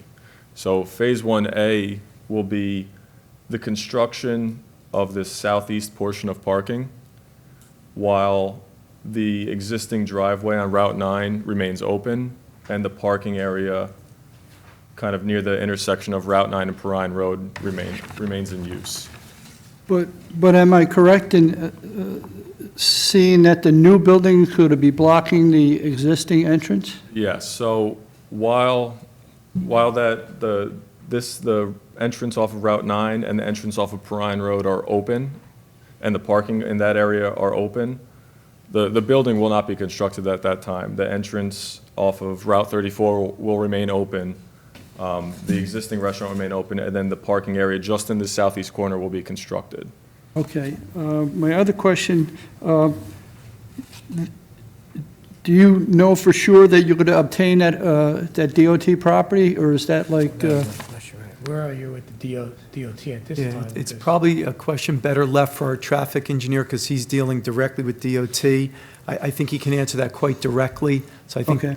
well, let's wait for him. He'll give you a good answer. We'll on wait that. for him. My last question, the entrance on Route 34, is that as far south as you can put it? Because when people come off of Route 9, that curve, they're flying there, and I'm concerned. Are you saying, is the entrance off of Route 34 as Yeah, far is south? it, is the far south? This one down here? Yes. I think there's like 2 or 3 entrances on that side. Yeah, so this is the most southern entrance Mo- that we are maintaining, And will left turns be allowed out of there? yes. Thank you. Turns? All right, so, You're saying left turn to the left. Right, it's a full, Thank There's a double line which says you're not allowed. So you're just saying it's north? it's a full access driveway, but I'll leave that for the traffic engineer to discuss kind of circulation a little bit more. so if you can go back to exhibit, what is it, A1? Existing conditions? Existing. And you said you're going to maintain 100 spots while you're doing demolition and the construction. Yes. What time of day do you think that was taken, that photo, It'd be hard for me to say. roundabout? Do you see all the cars parked on Perrine Road? Yes. Those are all commuters that park in that lot, and I've been made aware of the concerns that they had about these commuters. So they tend to park in that lot often. The other concern I have is closing the entrance on Perrine Road. That's the main entrance where people enter that. And what Mr. Lauer said, I'm also concerned, and I think, speak for myself, that entry and entranceway, number one, on coming off of Route 34, people making left-hand turns there, that's one of the most dangerous intersections. That's one of the most dangerous exits I believe, in Old Bridge. I've tried to exit out of there one or two times to go to Route 9 North. And you're saying that's the most southerly exit, or is that a new one? That's in the same Existing. location as the existing. Same location? Yes. Okay. Can that be moved down further? Because that's a very dangerous thing. I'm concerned about that. That's my concern. The other question is, on the Route 9, that is only an entrance, not an exit at this point in time. Is that correct? Yes, I believe you're right. I believe it is just the right-in entrance. And there has to be reasoning why it was only an entrance back in the past. And now you're going for DOT approval to take more of their land, still leaving the 10-foot buffer, or they require 10 feet, I believe, on the right-of-way along Route 9. My concern would be people exiting onto Route 9 at that portion where that intersection is a very dangerous intersection. Not that that plays into this exit, however, it is a dangerous area in Old Bridge, and I'm concerned about that as well. The other one is, where does the loading take place now? And where will the loading take place going forward? Because I'm worried about tractor trailers, and of course you say it's in the morning, all right, trying to come out, and I don't know if they come out now onto Route 34 to get on Route 39 North, Route 9 North. And that would be a concern of mine, as well as them coming out onto Route 9 at that location. Because they're only allowed to come in right now into the property. So those are some of my questions right now. And I think our professionals may be able to look at those as well. So the other thing is, the new building is going to be smaller, correct? And you're going to have more parking spaces. So we know that facility can really get jammed up at a given time. And given the larger restaurant, they can move more people through it. Whereas a smaller one with more parking spaces, where I'm concerned that there's just an overflow of people trying to get into that restaurant and just the turning of the people through it. So that's just a quick concern. That's it. Got it. Okay, anyone on this side have any questions? Yes, Mr. Ping? You're talking about how many, going to basically have in this slot now. You're going to also be putting up 2,500 square feet of retail space. Why? You're taking that into consideration with all the people that might be at the Outback?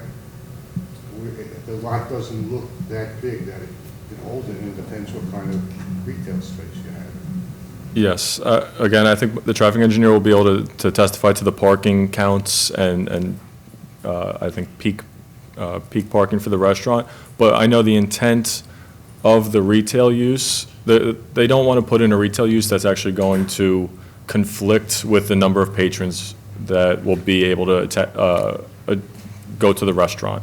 So the only retail use that will be used is one that's compatible with the peak hours of the restaurant. So, of course, weekends, nighttime, they're looking for a retail use that will not be operating at the same time, or at least will not have the peak retail use at the same time as the peak restaurant use.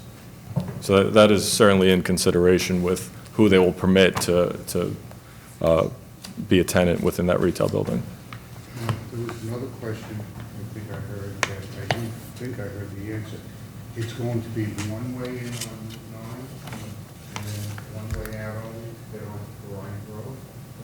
Ryan Road? You can't Road get out. access point will be closed completely, and then the Route 9 access point will be a right-in, right-out.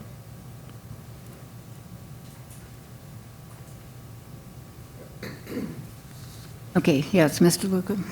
I have a quick question, which you've partially addressed about the retail. The thing that had struck me is not so much parking capacity, but what happens if people are walking from the restaurant to the retail.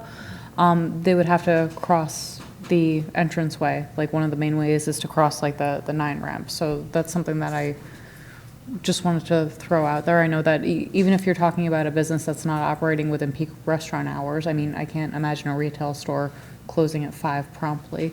So there still might be some overlap with dinner crowd and things like that. So if that is more suitable for the traffic engineer to address, I would be interested in hearing that down the line. It could be a good time to put up the alternate exhibit, kind of showing, that's one of the I think that's a good idea. items that we addressed. Yep. Madam Chairperson,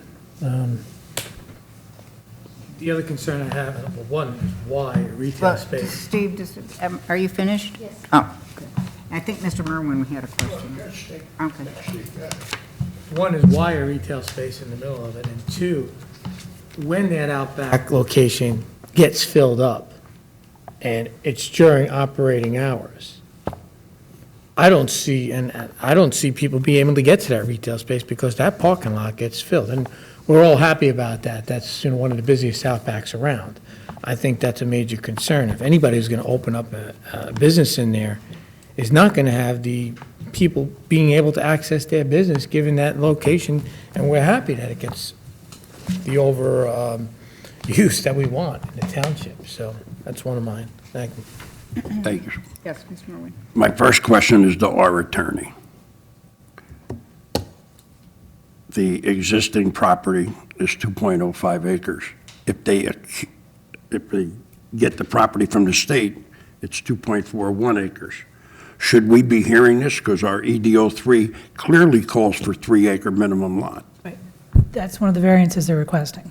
And one of the proofs that the applicant should put in, if they're requesting to construct something on an undersized property, is that they've gone to all of the neighbors and requested to add additional property to try to make their lot more consistent. So they're saying they've done that. They've gone to NJDOT. I do have a copy of a letter where they've gotten a favorable response from NJDOT, but it's a very long process. So what they're saying is we're planning to add more.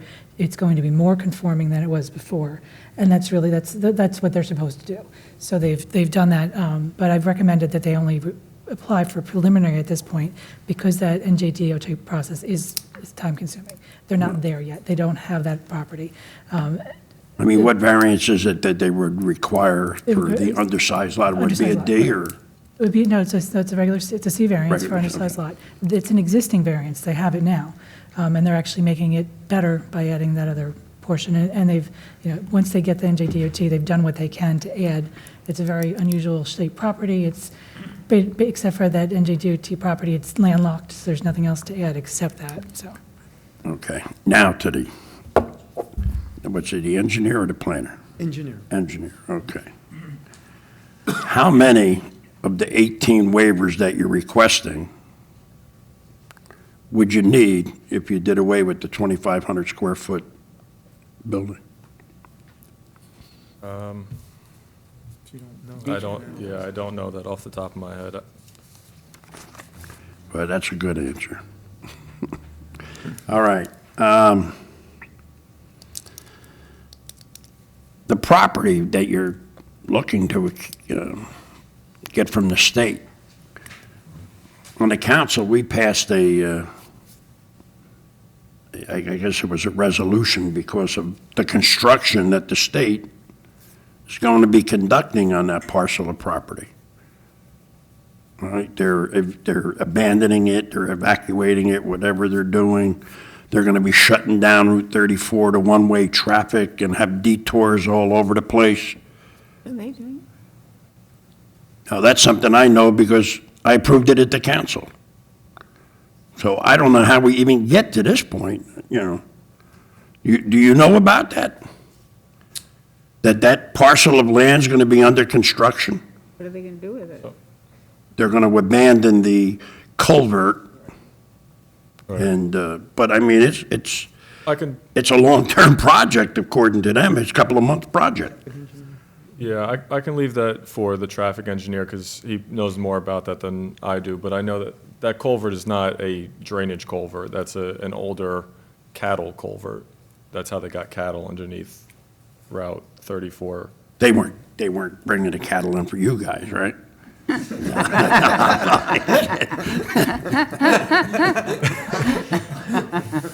fresher statement than that. Yeah.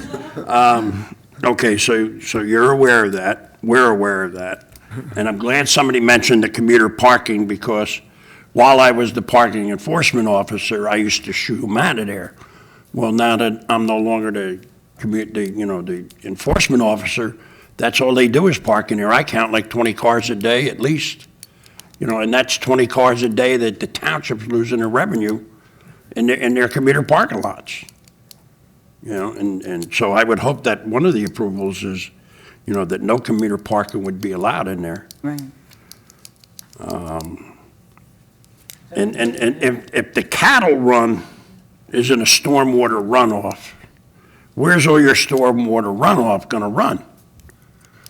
I mean, I know that goes out to the outfall, so I mean, I don't know what, from what I planned, I thought they were gonna put in wing walls and make it a drainage thing.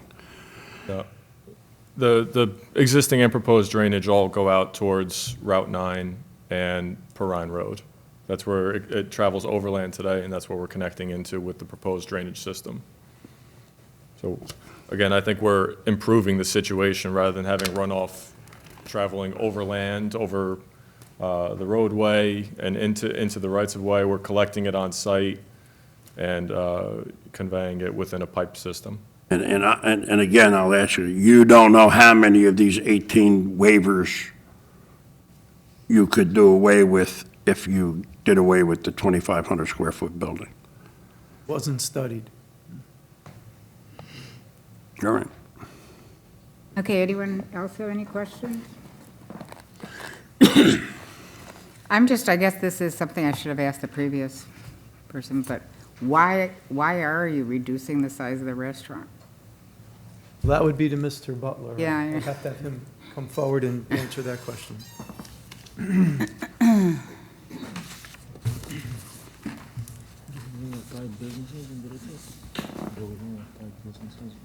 So to answer your question, the simplest way, the existing building is too big. We have found that the optimum size for our restaurants in terms of taking care of the customer with the speed that we need, the flow of the restaurant, this is our optimum size.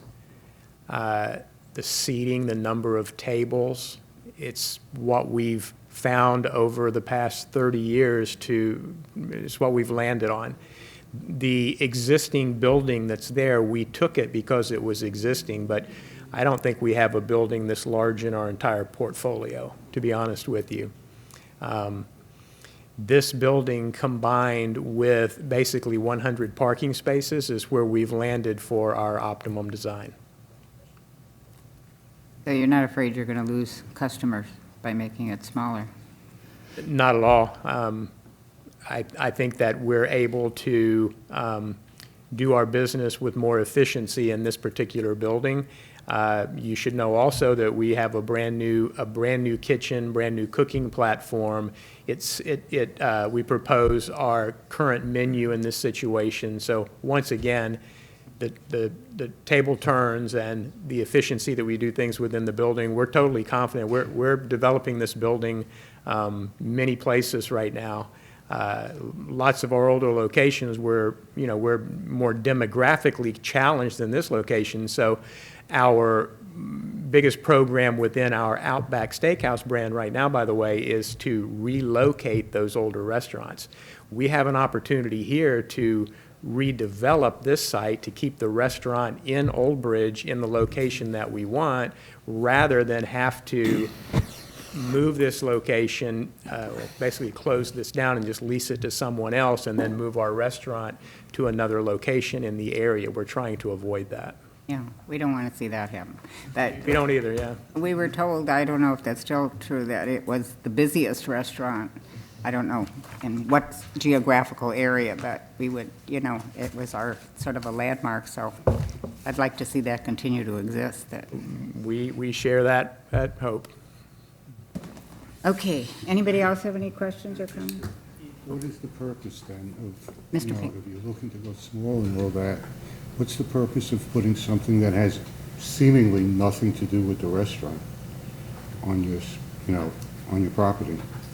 You mean the retail building? Mm-hmm. So the retail building is just a good, efficient use of this particular situation. We have more parking than is required to support the two uses by code.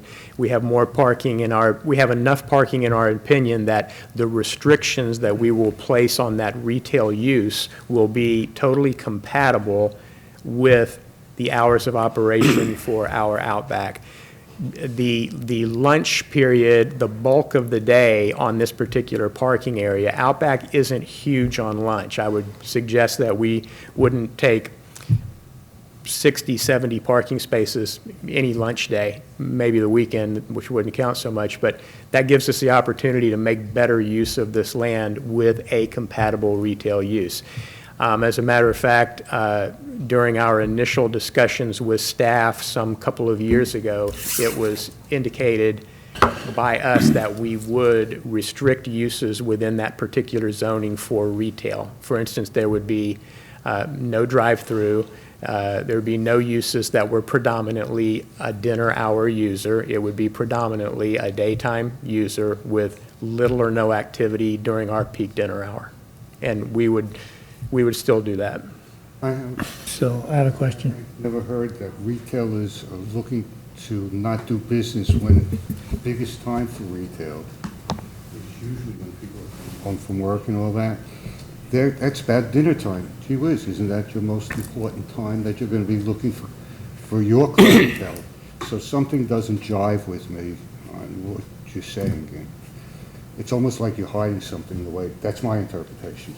Well, for the record, I'm not hiding anything. I am sincerely telling you that we would protect our business and we want to protect our parking. I feel that we have sufficient parking to support a compatible retail user. As a matter of fact, we have this very situation, same situation in other locations. The best I can tell you is, for the record, we would limit uses that would have any type of food use, certainly that would go into our dinner hour parking. So it would be a very light parking situation, during our dinner hour. Steve? Yeah, so, two questions. One, being the economic development officer in the town, I'm trying to fathom what business would be in there, and the only one I could think of is a breakfast place. That's all I can think of. I mean, there's not going to be a dry cleaners in there. There's not going to be a pizzeria in there or any food type of establishment. So that's one concern as to what would be in there. And maybe the question is, what's in the other location that you said that there's a compatible business in there? What would it be? Well, another location that comes to mind is in Butler, New Jersey, and it's a very similar situation. There's a very small Verizon store next to us. We've never had any complaints at all about a parking conflict here. If anything, if our customer parks at the Outback, they're probably going to drift over to the Verizon. I would suggest that if I'm a citizen and I'm going to want to go to the Verizon store and it's next to any big user, during the time I want to go, that I can't find a parking space, I'm probably not going to go to that business, and that business probably going to fail. But that particular location, we get along just fine. That's understandable, a Verizon store. The next question is, on a given night, on a Saturday night, how many employees do you have on site per se? Do you know the amount of employees? So employees during a shift would be in the low 30s. Low 30s. 31, 33. So currently, all those employees, the 33, park at the back where that 2,500 square foot building, well, that's really grassland. But now you have 30 employees. Where do you perceive the employees parking in the parking lot to allow parking for the 2,500 square feet and the new business? Where do you perceive? Because that's 30 spots right off, taken off the top. So we generally don't have every employee driving an automobile to the business. It's just the nature of that particular employee. The ones that do drive, we designate spaces usually at the least convenient to other customers, and we encourage those people to kind of gang up their parking a little bit, so we make the most efficient use that we can. And I think that in the code requirement, the parking spaces for employees are included in that. So. Okay, that's it. Thank you. Okay, if there's no other questions? I do, sorry. Yes. Sorry. While you're back, sorry. I have two questions. I understand existing structure versus proposed in terms of square footage difference. Can you translate that into seating or tables? You're proposing 260 seats, 60 tables. What's current seating?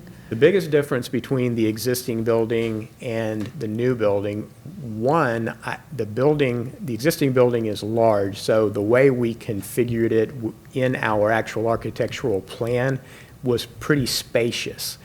I can't say that we have an entrepreneur in every restaurant. That's just the nature of our business. The proprietor, whose name is over the door, buys into the business. I say that because they can get creative sometimes in accommodating customers. So I'm not sure that we're exactly limited physically to that many seats. However, that said, the biggest difference between the old restaurant and the new restaurant is there are 6 fewer tables. And when you're looking at customers, you really need to look at tables because not every seat would be occupied. That's the best way I can put it. It's just a much more efficient space. My second question is, you had mentioned that lunch is not a peak time for Outback, but when I'm looking and I'm seeing like a drive-through area that's telling me lunch pickups, Grubhub or Uber Eats, like even if you don't anticipate more dine-in seating, is this going to be a location where you're offering delivery? And there could be like increased just volume of cars for delivery? So yes, we will offer delivery, and that actually alleviates much traffic. That doesn't create any more. The delivery is we would have our own vehicle, or if customer decided to use a Grubhub or an Uber Eats or something, they certainly would. I would suggest that that's a very quick in and out when that happens. Most of those services don't even take a parking space, to be honest with you. They pull up alongside, or they're pretty creative.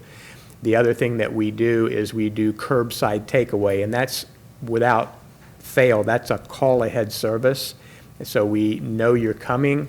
When you come up, we bring the food to your car. We do the transaction at your car, so that's a very quick in and out. Once again, allowing for those services and allowing for delivery where we're delivering food, that actually takes away a lot of the traffic and a lot of the parking. Thank you. Madam Chairperson. Yes. Just, so you're taking 6 tables less, Correct. but you're adding,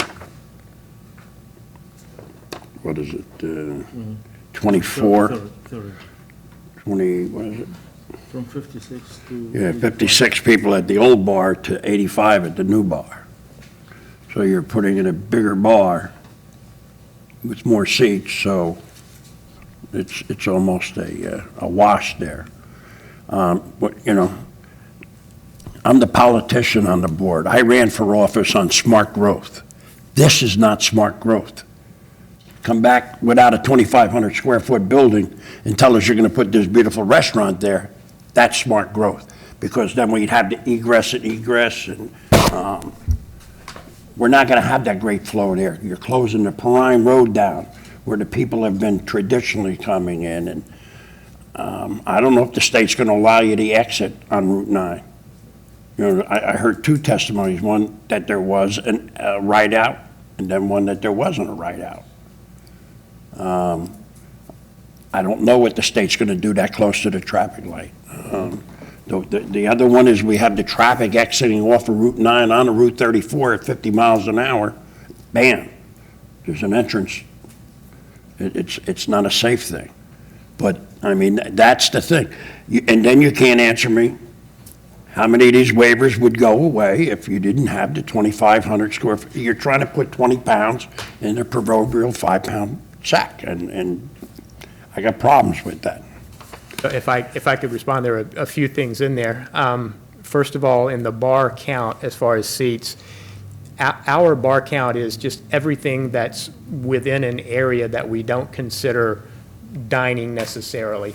And that area is sometimes, not that we require it, but it just works itself out that some of the families aren't necessarily in that area. But the seating in that area is mostly tables or booths. So all those seats are being used for dining. People don't sit around the Outback Steakhouse bar area tables and drink, they eat. As a matter of fact, most of our customers don't even sit at the bar and just drink. Almost everybody at the bar is going to have a meal, and that's usually a customer that's going to get in and out a little quicker. Well, as a that was matter my of fact. point, is Yeah. that you're really not, you took 6 tables away, but you have them around the bar, so I mean, so it was, you know, it was a wash. The seats are the same. The tables, I would still posit to you that that causes a little less opportunity for a number of people to come in, because if it's a 4-top and 2 people sit at it, or if it's a 6-top and 3 people sit at it, those seats aren't going to be occupied. It's not community seating. I don't, the comment about come back without the retail, as far as I'm concerned, you know, we're making our presentation. We'll kind of see how it comes out tonight, and we'll make our decisions. Our decisions what to do with the site are going to be based upon what you tell us we can or can't do. The other thing, and I don't want to get into the traffic engineer's testimony, but I was personally with traffic engineer at a very good meeting with the DOT, talking about lots of issues. I believe the traffic engineer is going to testify tonight to what the DOT wants us to do. It's not so much what we would rather do. So we'll leave that up to him, if that's okay.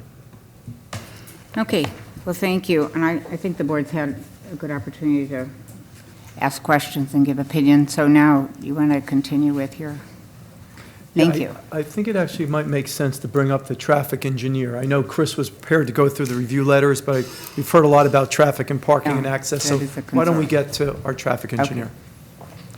Thank you. Thank you, Chris.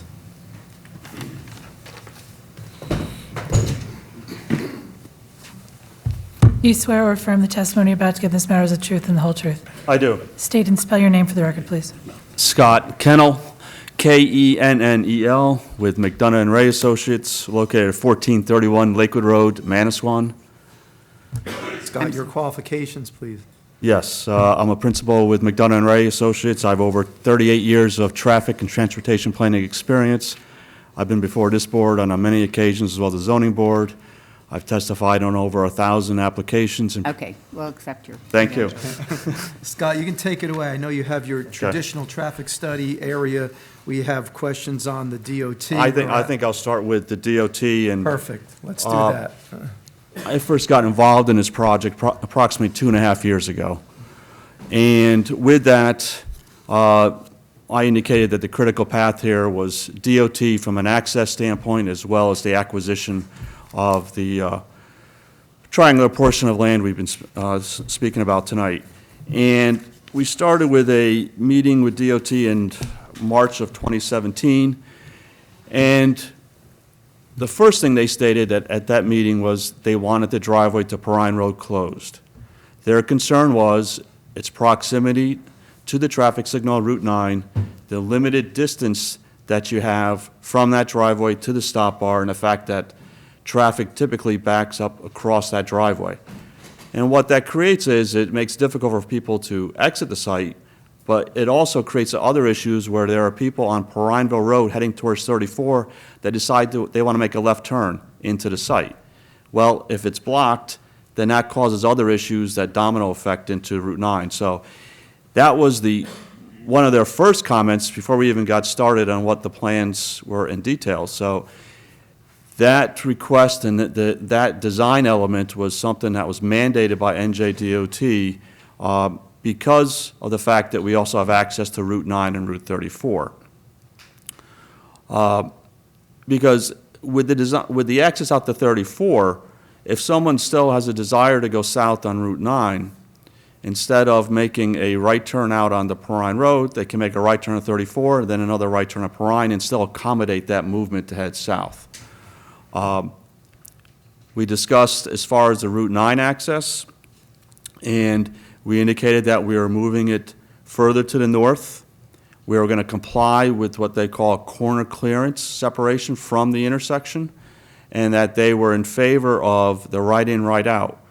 What's important to recognize as far as the right turn out is you have the traffic signal on Route 9 that platoons and organizes traffic and creates the gaps so that they can exit the site safely. That's unique and not always possible in certain sections of Route 9, but because of its close proximity, It's my opinion that that can work safely and efficiently, given the fact of the traffic signal operation at that location.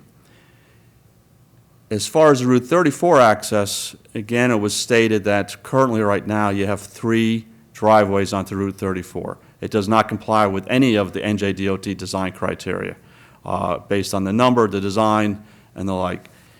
And the plan, as you see tonight, was presented conceptually, which they were in agreement with as far as a full movement driveway, basically in the location of the southernmost driveway that exists that serves the site. And it's also approximately midpoint along the site frontage.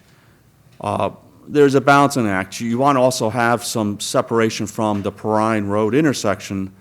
We can continue to move it further south, but then that creates other issues where then you have conflicting movements with the turning movements at Perrine Road as well as the site driveway.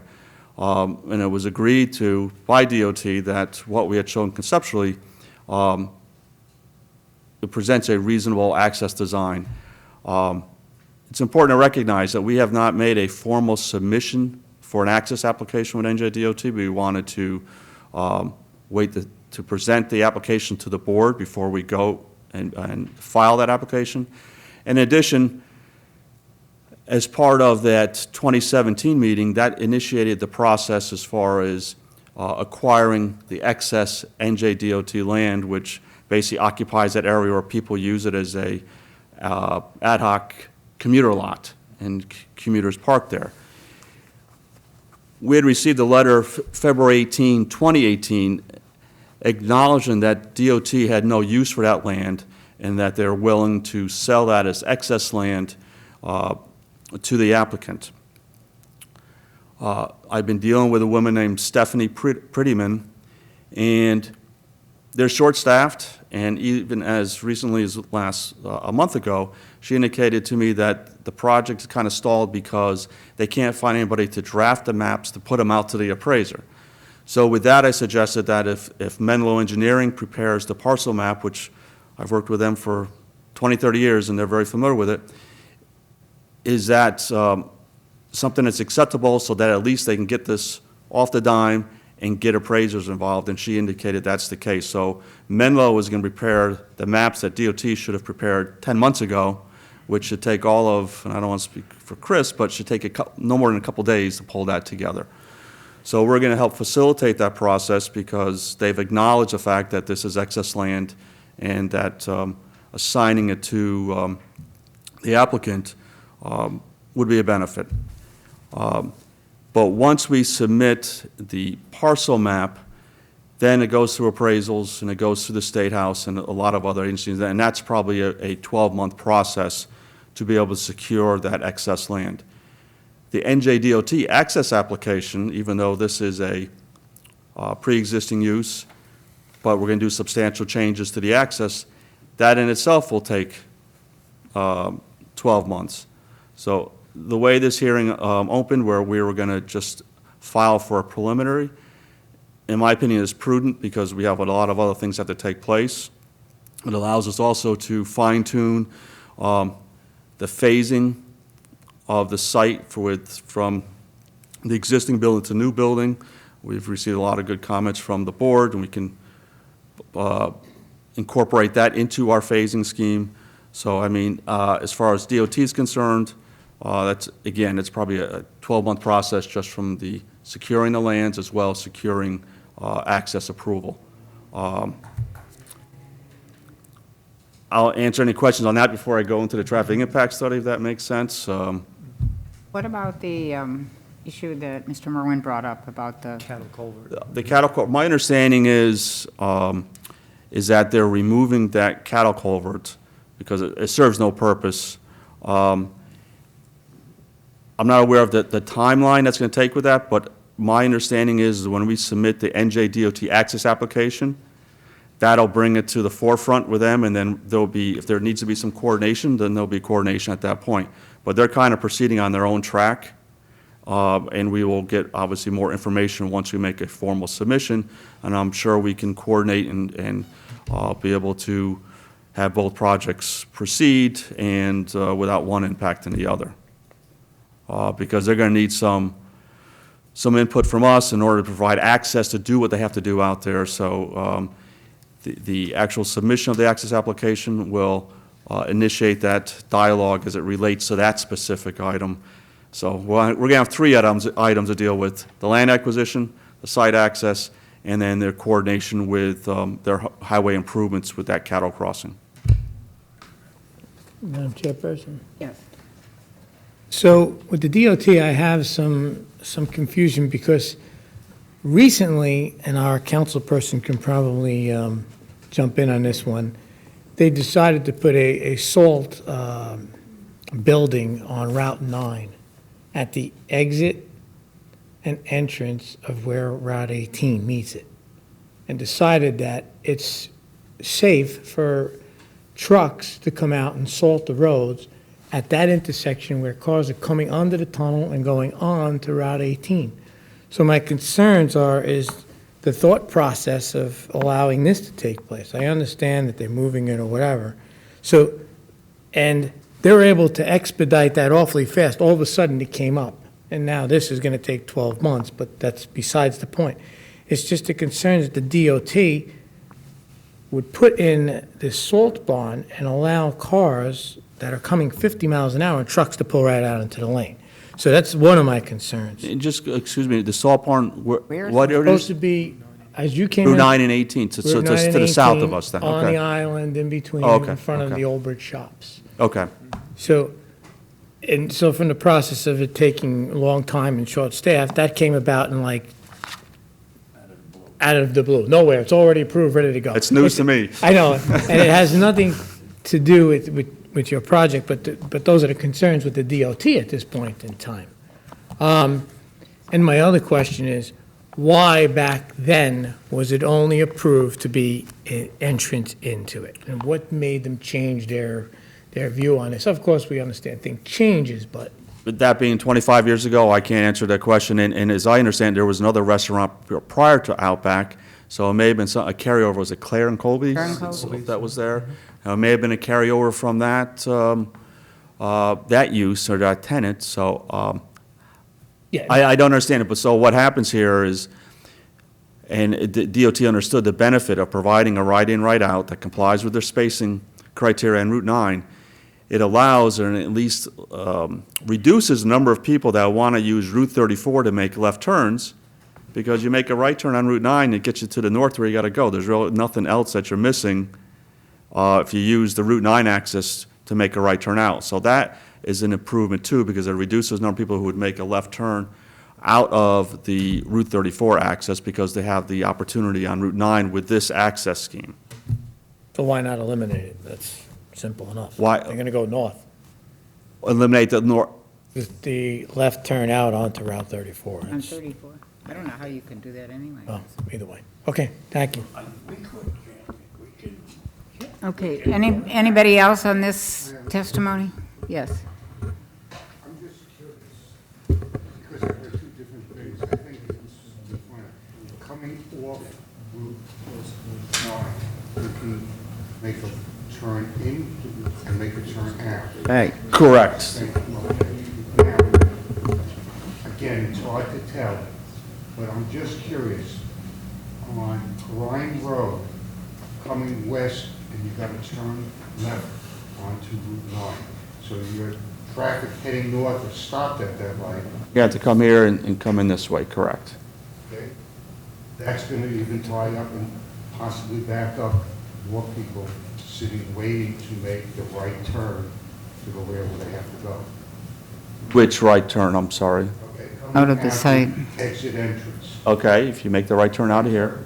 But even though the traffic is stopped on Route 9 North because of the light, when that light stops that traffic, the people coming from the other side, Oh, yeah, making a left turn making a left turn. onto Route 9.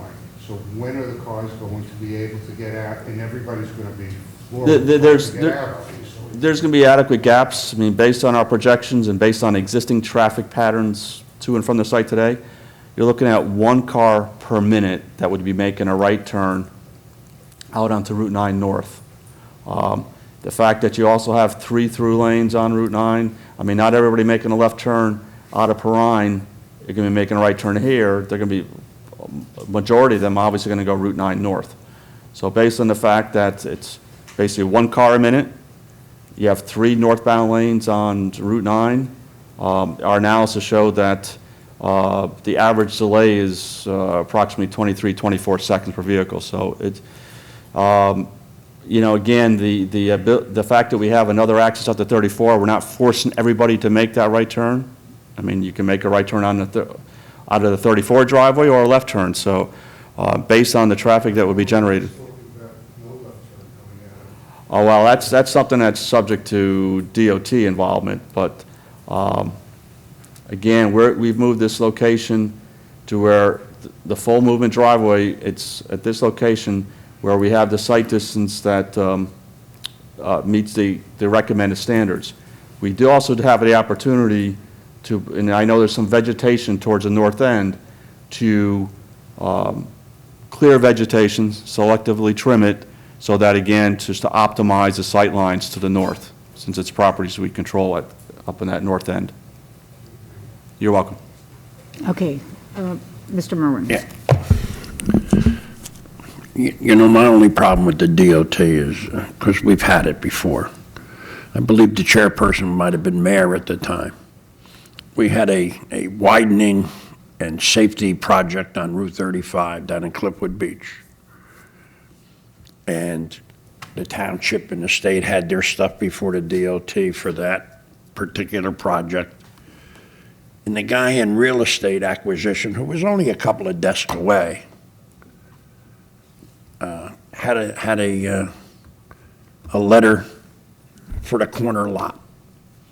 And they allowed the corner lot to be sold in the middle of this widening project, which then took the project off the drawing board because what they could have gotten for about $40,000 was now worth $1 million because it was approved for a gas station.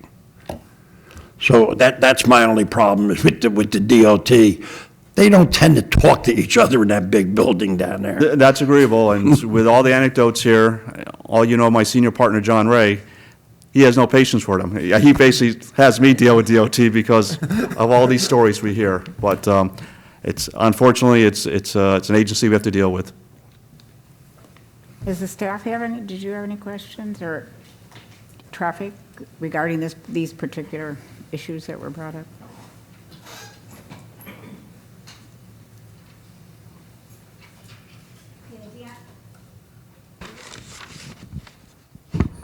Yeah, Deanna Drum for the record. Based upon my experience with DOT, basically what Mr. Kennel is telling you is pretty much appropriate for most of the meetings that you'll hear at DOT.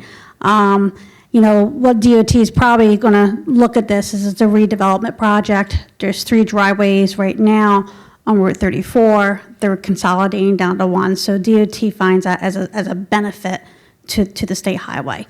If you look at the counts that Mr. Kennel's office did, people are using the existing access on Route 9 as an out, even though technically it's only supposed to be an in. So people are using it as an out now. And I have to agree that, the Perrine Road access, that would have been a definite given to be lost, just because of the confines of, it's across from a jug handle and all the other regulations. Regards to the left out on Route 34, the board, if they're willing or want to suggest, you could request the applicant, to approach DOT to not have that left out. And because you do have the Route 9 access, but again, that's up to the board in your due diligence. Okay, thank you. Ready? You have any? Okay. A suggestion, Madam Chair? Yes. Could we, I know the hour is getting a little bit late, could we take a very short break so I could regroup with my client, and then maybe we can sort of do some housekeeping on where we want to go from here? My last witness is my planner, who has a slew of variances to go to and some waivers. We didn't discuss the alternate plan that was requested by your consultants. But I think maybe if I could take a minute or two with my client, it might give us some Okay. direction on where we want to go.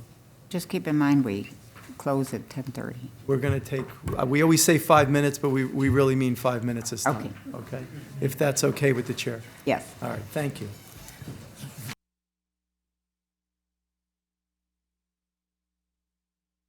I think, Yes, right? thank you, Madam Chair. Having kicked this off tonight and listening to all the board comments and the professional comments, it would be the applicant's recommendation to take a break at this point from the presentation, get a new date, which would allow us some time to put some time into some of the comments we heard from the board. And I think that's the best route for all concerned. And what we'd like to do is reschedule this without further notice. And between tonight and the next hearing, we'll give great consideration to the issues that were raised and see what we can do with them. So you would be... Requesting an adjournment. We were requesting a continuance, No, I understand. yes. In July? You want to come back in July? Yeah, I heard earlier announced, was it July 2nd date? Oh, I see Kelly, Well, now we have two, now we have at least two things on that date. okay. We have casino and we have Leo. What else do we have? A I mean, we minor, have Mr. minor subdivision. Oh, But it's So- variance, so the board has to do it. oh, okay. Mm-hmm. So we have room, right? Okay. Okay, so we will see you Tuesday, July 2nd, correct? Okay, without further notice? Okay. Madam Chair, And, yes. could we just see the alternate plan before he leaves? Oh, do you have the We, alternate plan? we could do that. We could at least do that for you. We did mark Exhibit A3, so in fairness, if you'd like to see that, we could do that real Okay, quick. just so Yeah. we can Have Mr. have a chance to Delay digest it. come up. Yeah. This alternate plan results from comments made by your professionals, a little reconfiguration of the access and parking. Chris, maybe you could run through that real quick, and just tell us what Exhibit 3 is. Yeah, so Exhibit A3 is what we're calling an alternate site plan exhibit. It's also a colorized rendering with an aerial background. The main difference with this exhibit is previously we were proposing 2 parking lanes closer to this Route 34 entrance. It kind of left a larger intersection near this the northeast corner of the restaurant. By closing off one of the lanes and reconfiguring the parking, we kind of consolidated the intersection, made it a safer circulation.